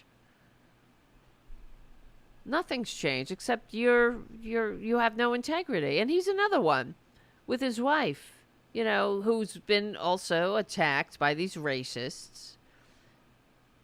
If you're in a party that is endorsed by the Nazis and the KKK, then you're a Nazi and a member of the KKK by extension, I believe, right? Oh, yeah, and you're not racist, right? Nothing. Totally not racist. But you're voting for a group of people endorsed by the American Nazi Party. What do they see in this party? Why are you voting? Oh, and speaking of, let's go to these Elise Jordan goddamn focus groups. Why not? Let's play it. Let's play it now, because I was annoyed as motherfucker. Here we go. Listen to this shit. Nominee dramatically changes Donald Trump's odds of winning. I'm worried about it. Yeah. I think she's going to go for the minority and female and younger voters. So, Progressive. for those who don't know, this is what MSNBC was playing all day. These are the female Trumpanzees. Who gives a shit what these people say? 7 people, 7 fucking idiots, just randomly chosen off the street. This is supposed to be Elise Jordan's focus group. Let's check in on the Trumpanzees. Why do we always have to check in what they think? We know what they think. They don't think. But, so she's asking, does the vice president nomination or whatever, does that change your opinion or whatnot? But listen to these fuckers. Everybody's excited about her, Right. and that scares me. Right. You know, because Trump I has to might pay $35 for insulin, and everybody might pay $35 for their insulin. The economy might keep getting better and better, and people may not have to become indentured servants to banksters when they leave college. They could get an education without becoming, an indentured servant to a bank. How is this America? What a horror show. There might be electric cars. That jobs created through the infrastructure, the reinvestment in our future. All these jobs. That's the other thing with the Democrats, and I think we were talking about this on the last show. How what really annoys me. Well, that's why I wish they would listen to the show, and I hope they do. Okay, I'm talking about the ones in the halls of power.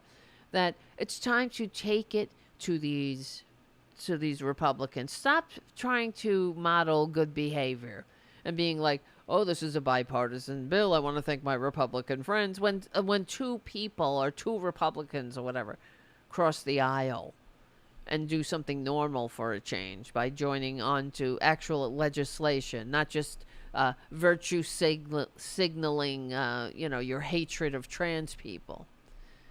And they need to say that, or remind, and in some cases, tell the American people that 80% of the funds in the infrastructure reinvestment, or the infrastructure bill.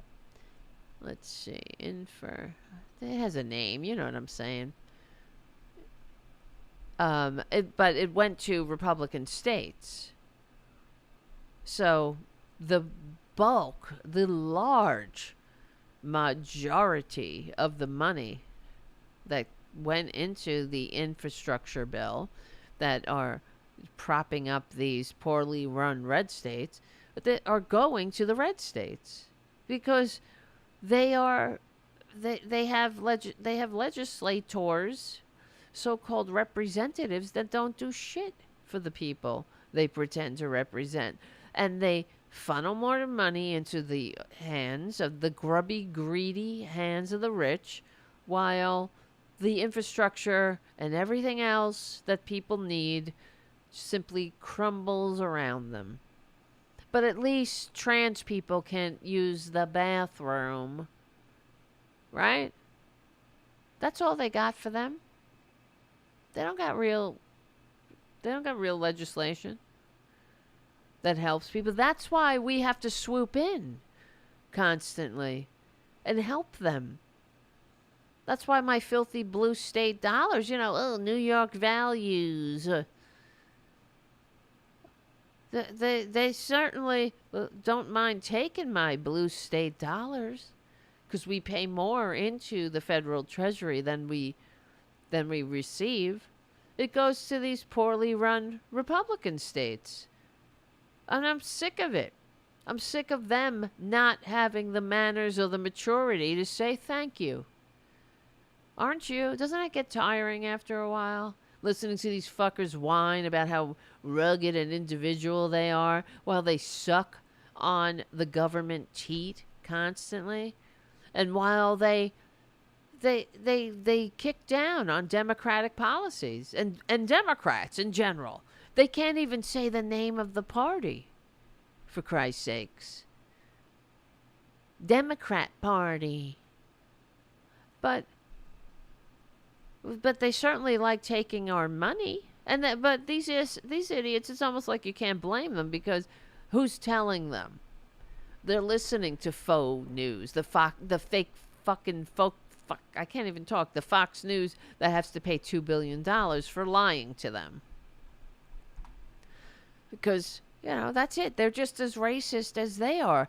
That's the only thing they get out of it. They're just as racist. They're just as homophobic, as transphobic, as every other fucking, color phobic. And that's all they get. And they pretend to be Christians.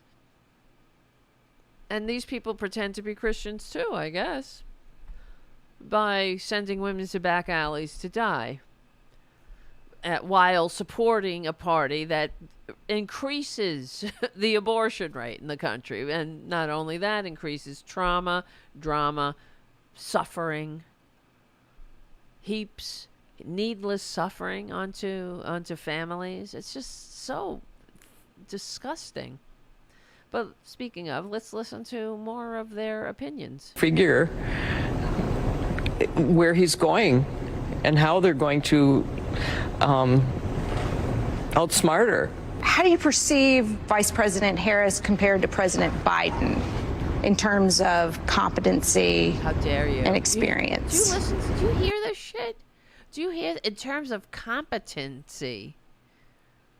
Would you ever imagine Elise Jordan framing a question like that to a Trumpanzee about their dear leader? How do you see J.D. Vance in terms of how he compares to your dear leader in terms of competency? Considering your dear leader is competent at all. He's never been competent. How does...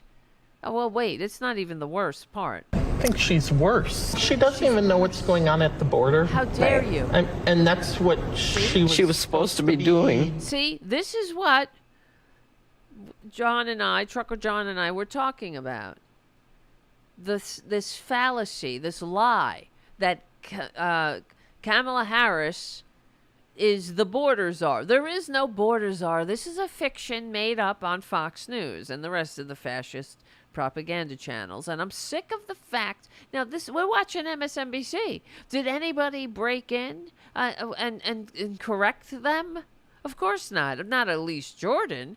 She's a Republican. But I would hope that I watched this segment on Morning Joe, I would hope one of them would, instead of saying, great job, Elise, would have said, well, there's a lot of inaccuracies in the questions you asked. Like, for example, that I believe you should have corrected them when they said that she doesn't know what's going on at the border. She's not doing her job as the fucking border czar. She's not the border czar. That's not a thing. This is a fiction that they use to bash the vice president, who's doing a great job, frankly, in the jobs that she's tasked with, namely specifically focusing on countries like Guatemala, El Salvador, Honduras, primarily in a diplomatic role, and also tackling issues such as economic insecurity and corruption and violence to restore these failed states that we helped create to a sense of economic vibrancy that would make people want to stay there instead of fleeing their failed states across the 5,000-mile desert.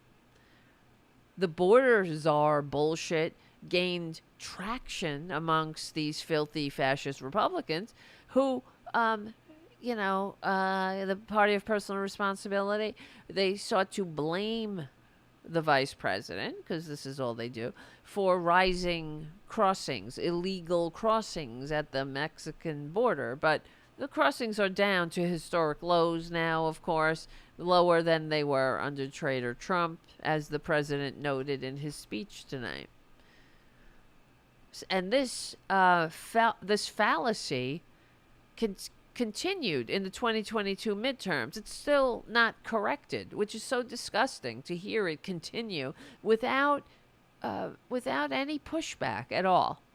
Like Trucker John was saying when he meets people in his Uber, where they have no idea when you give them the truth. They're like, gee, I didn't know that.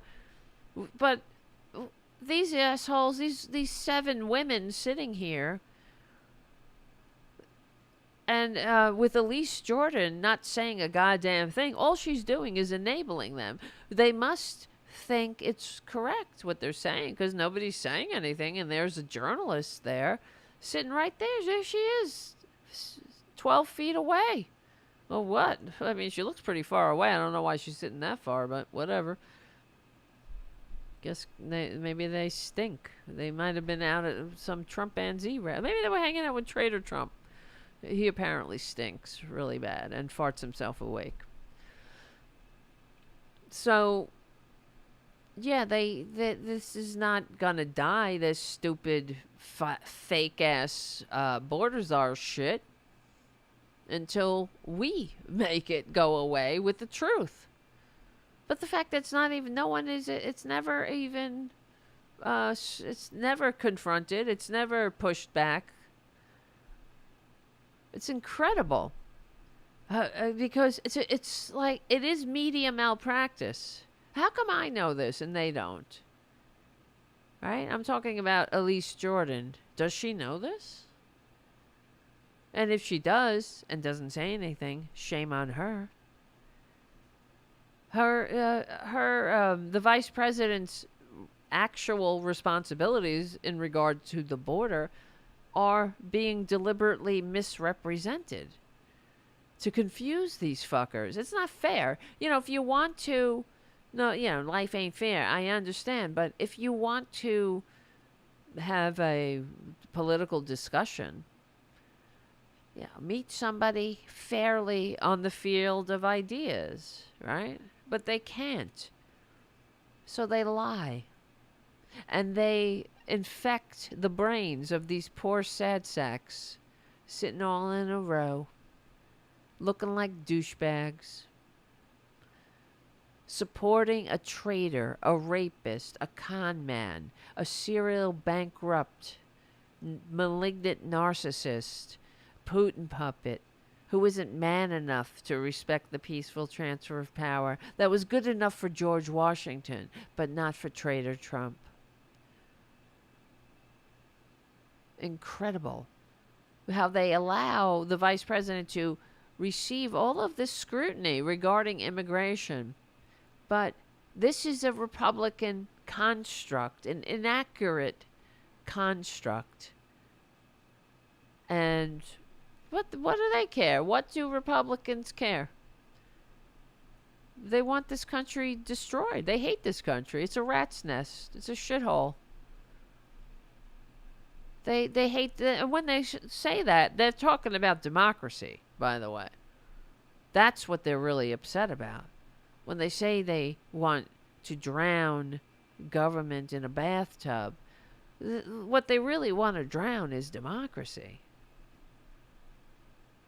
So, as we were talking with Trucker John, as I was saying, the vice president is in charge of something called the root causes strategy. It's a diplomatic role, but where she is fundraising and advocating and, I don't know, however she's doing it, getting private companies to invest and to open offices and buildings and factories in Central American countries to finally fix the economic system there, to stop the border crossings in general. This doesn't happen. You don't see Canadians running to the border like they are in across the southern border because of the failed states we helped create. They're not doing it. The Canadians aren't coming here because they have a functioning society. That's what we're trying to encourage and invest in. But this kind of strategy doesn't seek. Here comes the. I thought I lowered that. Oh, I think I put it back up with the laughing. But this kind of a strategy doesn't pay off overnight. It takes time. And, Republicans are like babies. I want it now. And in the meantime, I'll simply lie. But I don't really blame these sad sacks all in a row here as much as I blame MSNBC and Jordan. At least Jordan there. That's right, Jim on the chat. You understand that was Mayorkas. Because the Department of Homeland Security is in charge of the border, the southern border, not the vice president. So, I don't know. We talk about it on Tarabuster. Why doesn't Elise Jordan know this? I'm some dinky podcaster here. I don't have a staff. I got 4 cats and a guinea pig.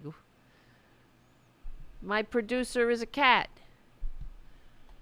So, I don't understand. I know these things, and when I heard this, I was like, this is why I got a headache half the time. You're right, Twisted Nerves Painting. The entire media has failed us. It is criminal. You're absolutely right. They have. They did this to those women. They lied to them.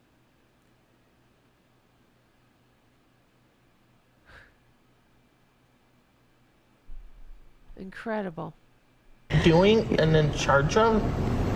I mean, as a school teacher, if I did not do what I was supposed to be doing, you better believe my job would be in jeopardy. Hey, bitch, she did what she's fucking supposed to be doing.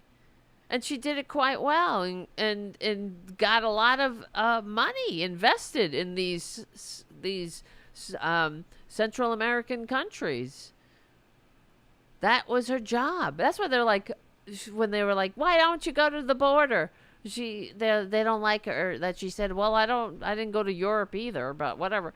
Why? I need to go to the border to fucking point? I'm dealing with El Salvador and these other sections of this why can't I talk?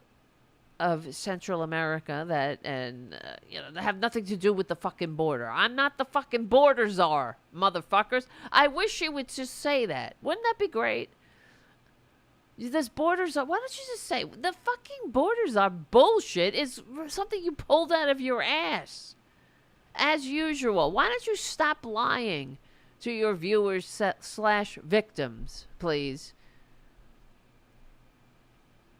And why don't you start, just do us a favor. Just fucking, join us in this grand experiment for a change. Instead of being the gnats, the flies in the ointment here.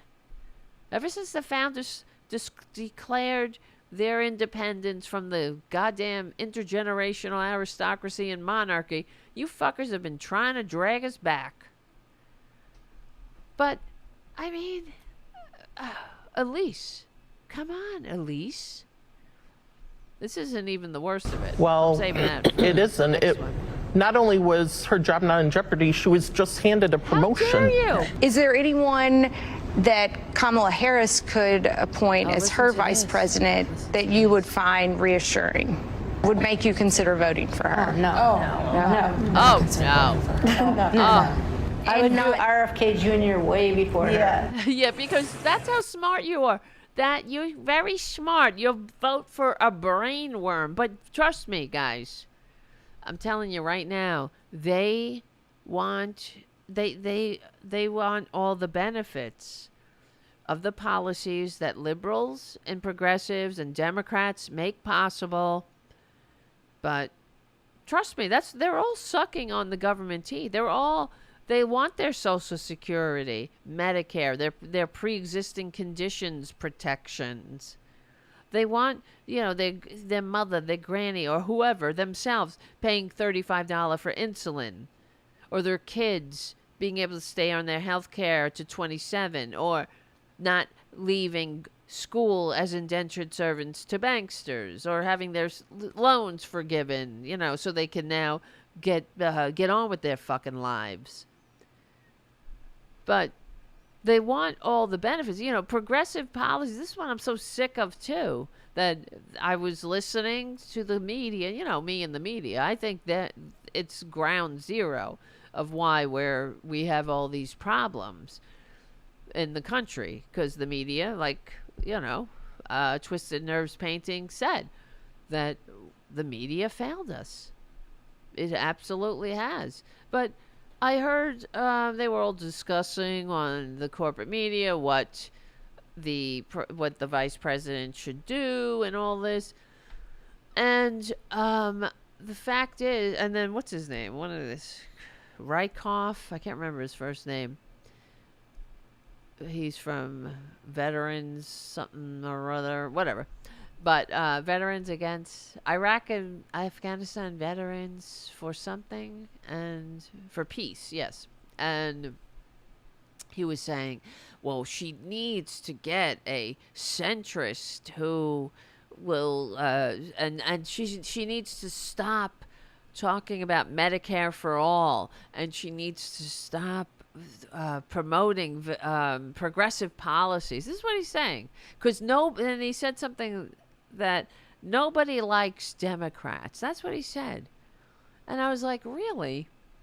Nobody likes Democrats, even though there are more registered Democrats in the country than Republicans or independents, but whatever. Oh, is that right now? Actually, it might be the other way around, that independents are now more. But there are more registered. Let me see. Let me look this up. How many? Because you know why? That's another result of the media, too, because there are so many people in the country that are like, I don't care. They both suck. I'm an independent. Because they're not paying attention.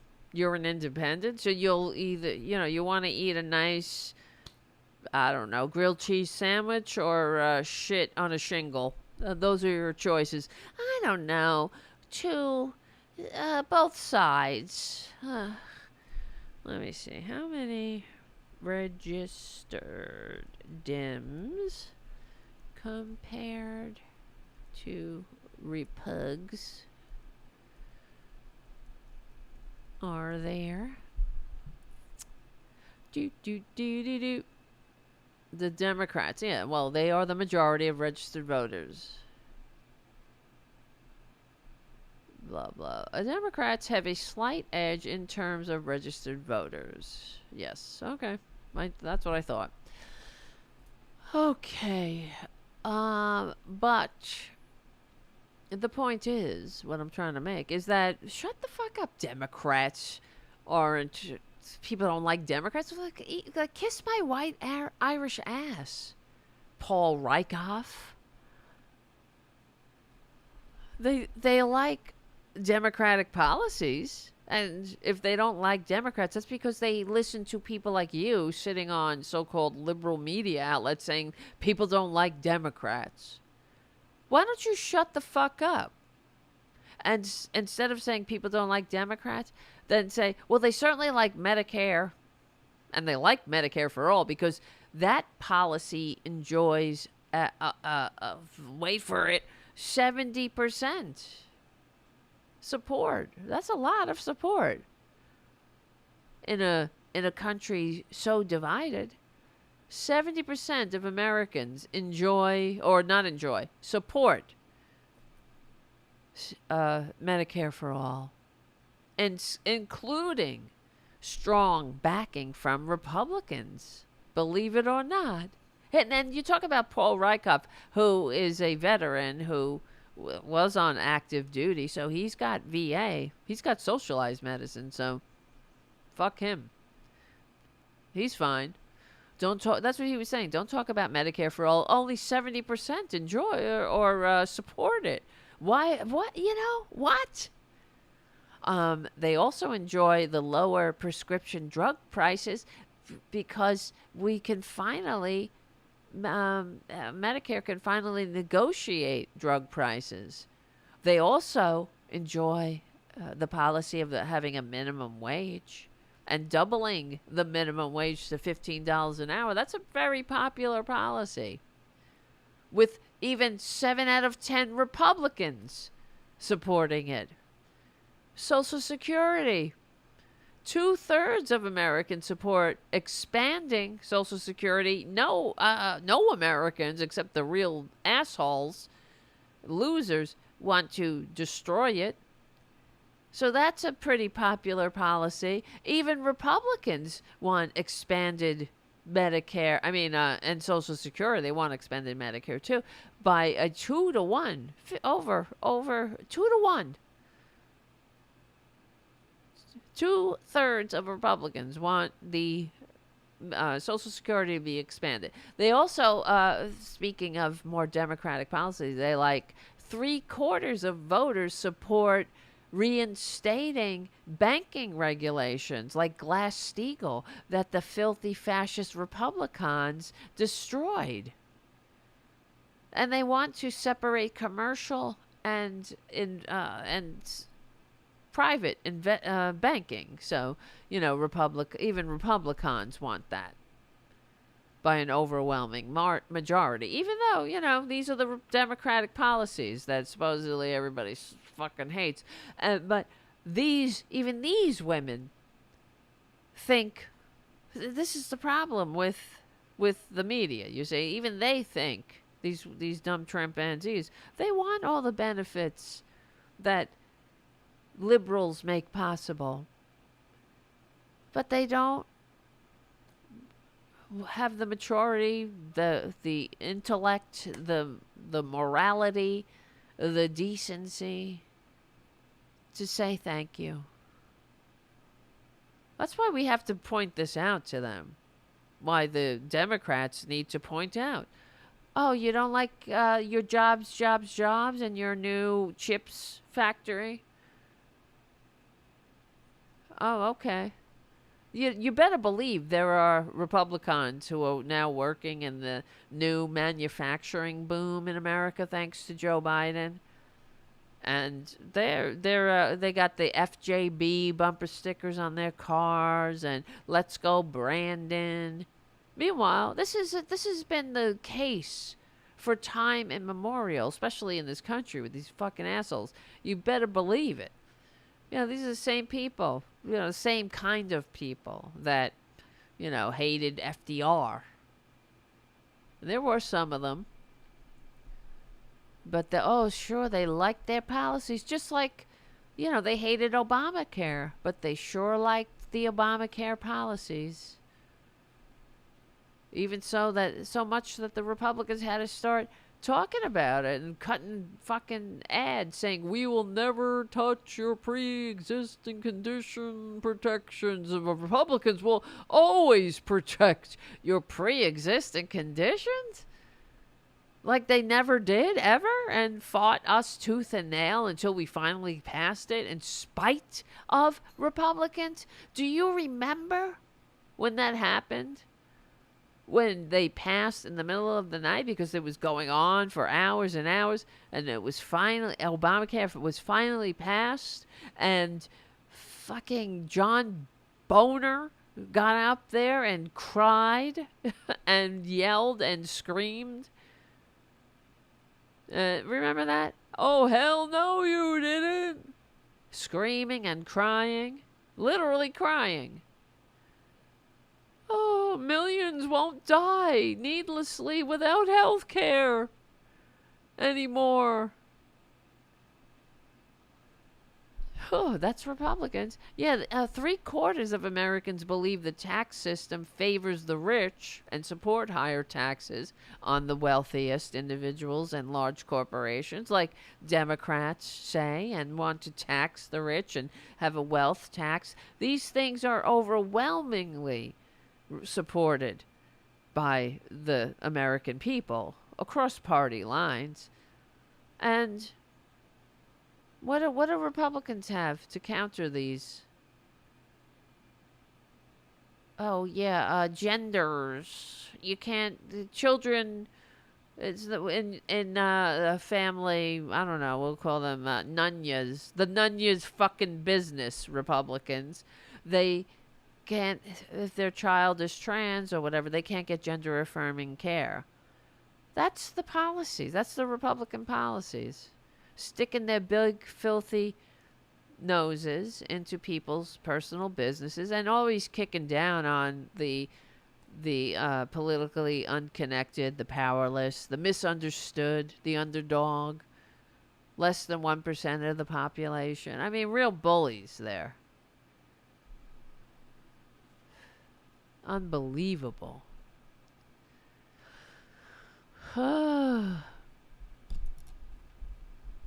don't tell me people are they just don't like Democrats. Well, that's the problem. That's the problem of the media. This is why this show and Trucker John show and Robin Kincaid show and Mike Malloy and others, the real liberal media.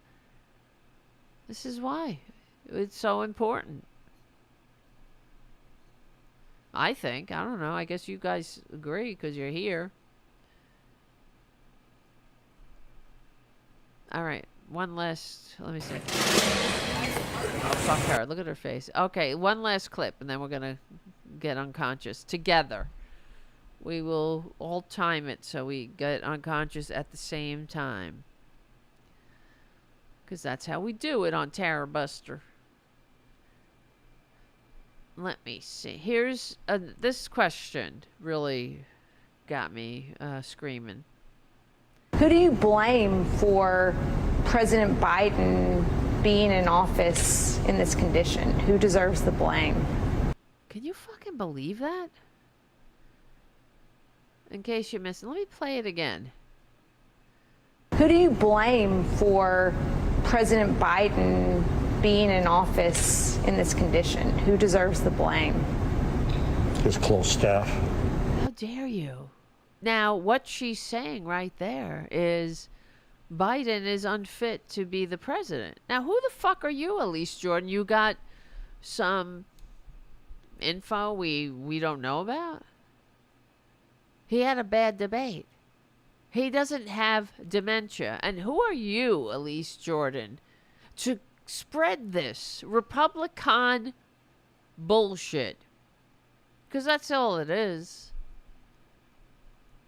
But to ask that question, this is right out of the old push polls, the Republican push polls, where they would call people and say, do you believe that's, like, whatever. What they did, the Republicans even did it against their own with John McCain, George W. Bush, when they were in their primary together, called voters and said something about, do you believe that someone who adopted a mixed race child or something, like to get it into the minds of the victims who picked up the phone, that to try to change John McCain with the fact that he adopted a mixed race child. I don't know. I guess that's a bad thing. Or no, not a mixed race. He adopted a child from Vietnam or something, and they were trying to make it something disgusting, or I don't even know, like it was his love child, right? Something like that. Because this is who they are. They lie. They do it all the time. It's horrible. Like Chris Christie, for example. If you're not aware that he began his career in a primary against another right-winger, and he lied about this right-winger, and they put out an ad saying that I think the guy was a felon or was indicted and sent to jail. It was a complete fiction. But and if you, I wonder if I have that ad. I used to have it. It's really gross. And his wife, Chris Christie, his wife is sitting next to him, like looking at him, as Republican wives do. They're required to stand there and gaze at their husbands as they're lying into the camera. They don't say anything. They just gaze with the dead. It's sort of like how Vice President Pence used to gaze at Traitor Trump. Like, he was in love. And Yeah, I don't seem to have it. Why don't I have it? Anyway, it doesn't matter. But it's just weird, only because nothing is coming up for Chris Christie. Something's up with this computer. But yeah, that's right. And in order to, the guy sued him. The opponent sued Chris Christie, and then they went to court for defamation or slander, whatever it's called. And Chris Christie had to take out ads in the papers and run an ad saying that I lied, I apologize, blah, blah, blah. But it was too late. He lost. The guy lost the primary. But that goes to show, I mean, this is who they are. But he didn't, he didn't have the integrity to step down and say, yeah, I'm sorry, I played these dirty games. I made up a complete fiction about you. And I cut an ad about it, too. And put this ad on television. This was before, social media was as prolific as it is. But, yeah, who do you blame for the president being in office in his condition? How dare you? They work with them every day. So I think that's what also makes me nervous about the Vice President Harris. As if this is a common knowledge. This is a common thing. And saying, oh, this makes me nervous about the vice president, because she's lying. This is the Republican framing. And it's a fucking lie. The vice president, the president said, I'm fine. The vice president said, he's fine. But all over Fox News and fascist media, they're lying and saying, "Oh well, he's unfit. He can't do it. He's blah blah blah blah." And there goes Elise Jordan on MSNBC, spreading the same lie in a very sneaky and underhanded way. I don't know. I was screaming when I saw this. Talk about that a bit.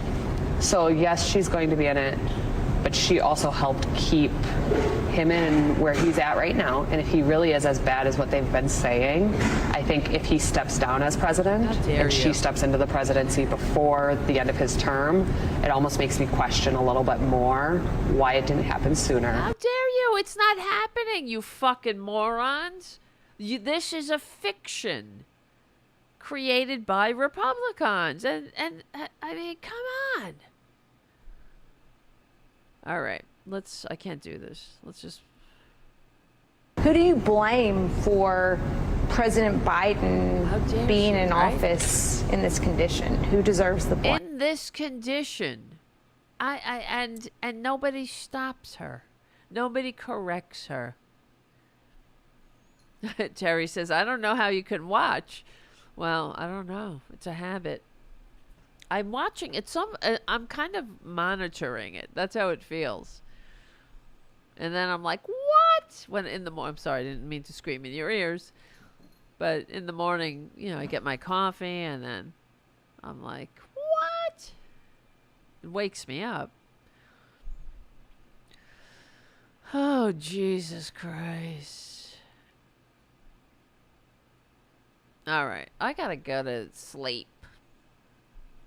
I need to get unconscious. Let's meet back here on Friday. How's that sound? All right, Friday, 8:30-ish p.m. I have more stuff.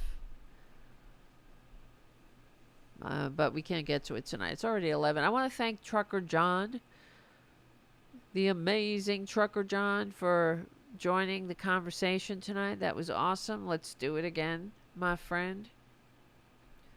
And I don't know. We got to open the phones sometime. Maybe we'll open the phones on Friday. That might be nice. And maybe if somebody becomes a patron, I'll open the phones. How's that sound? Or joins the membership here. I think I did it correctly. I don't know. I'll have to check. I'm very tired right now. I'm feeling a little tired. Do I look tired? I do. I look, ugh, whatever. It is what it is. Thank you, Trucker John. Trucker John says, I had a great time. It was great. I agree. We had a great conversation. I think we have a good rapport. And you're a natural, my friend. And thank you, Neromantic, for your super chat right under the wire here. That really means a lot. The super chats this month were very low. I don't mean to shame you, but not you guys, not the super chatters, not Jim and Neromantic, but they were shockingly low. And I was like, shit, man. Shit. All right. Guys. Well, great show. Tara got here late. Well, nice to see you late or not. Very nice to see you, and hope to see you on Friday. You could rewind the show and watch our interview, Trucker John and I, our conversation. And also remember to subscribe to Trucker John's show. The link is in the description. And if you're new to this show, remember to like, subscribe, and hit the notification bell. That helps. It'll let you know when the show goes live, especially during the week when we're, doing it. It's kind of haphazard sometimes. Is that the right word? Well, I try to do it Wednesday. It's not always possible. I try to do at least one weekday show. And thank you. According to YouTube, that is your third super chat on a live stream, Neromantic. Thank you. Thank you so much for coming back and for supporting the show. It means a lot. And it matters. It keeps the show going. Well, that's for sure. I cannot do it alone. Yes. All right, guys. Listen. Remember. We will win. I really feel that now. I feel it. Because, and in general, we are on the right side of history. We are. We're on the right side of decency, dignity, democracy, humanity. We stick together. We win. Thank you so much, guys, for hanging out. Thank you, Trucker John, for a great conversation. My name is Tara Devlin. Become a patron. Patreon.com/Tara Devlin. And I will see you on Friday night.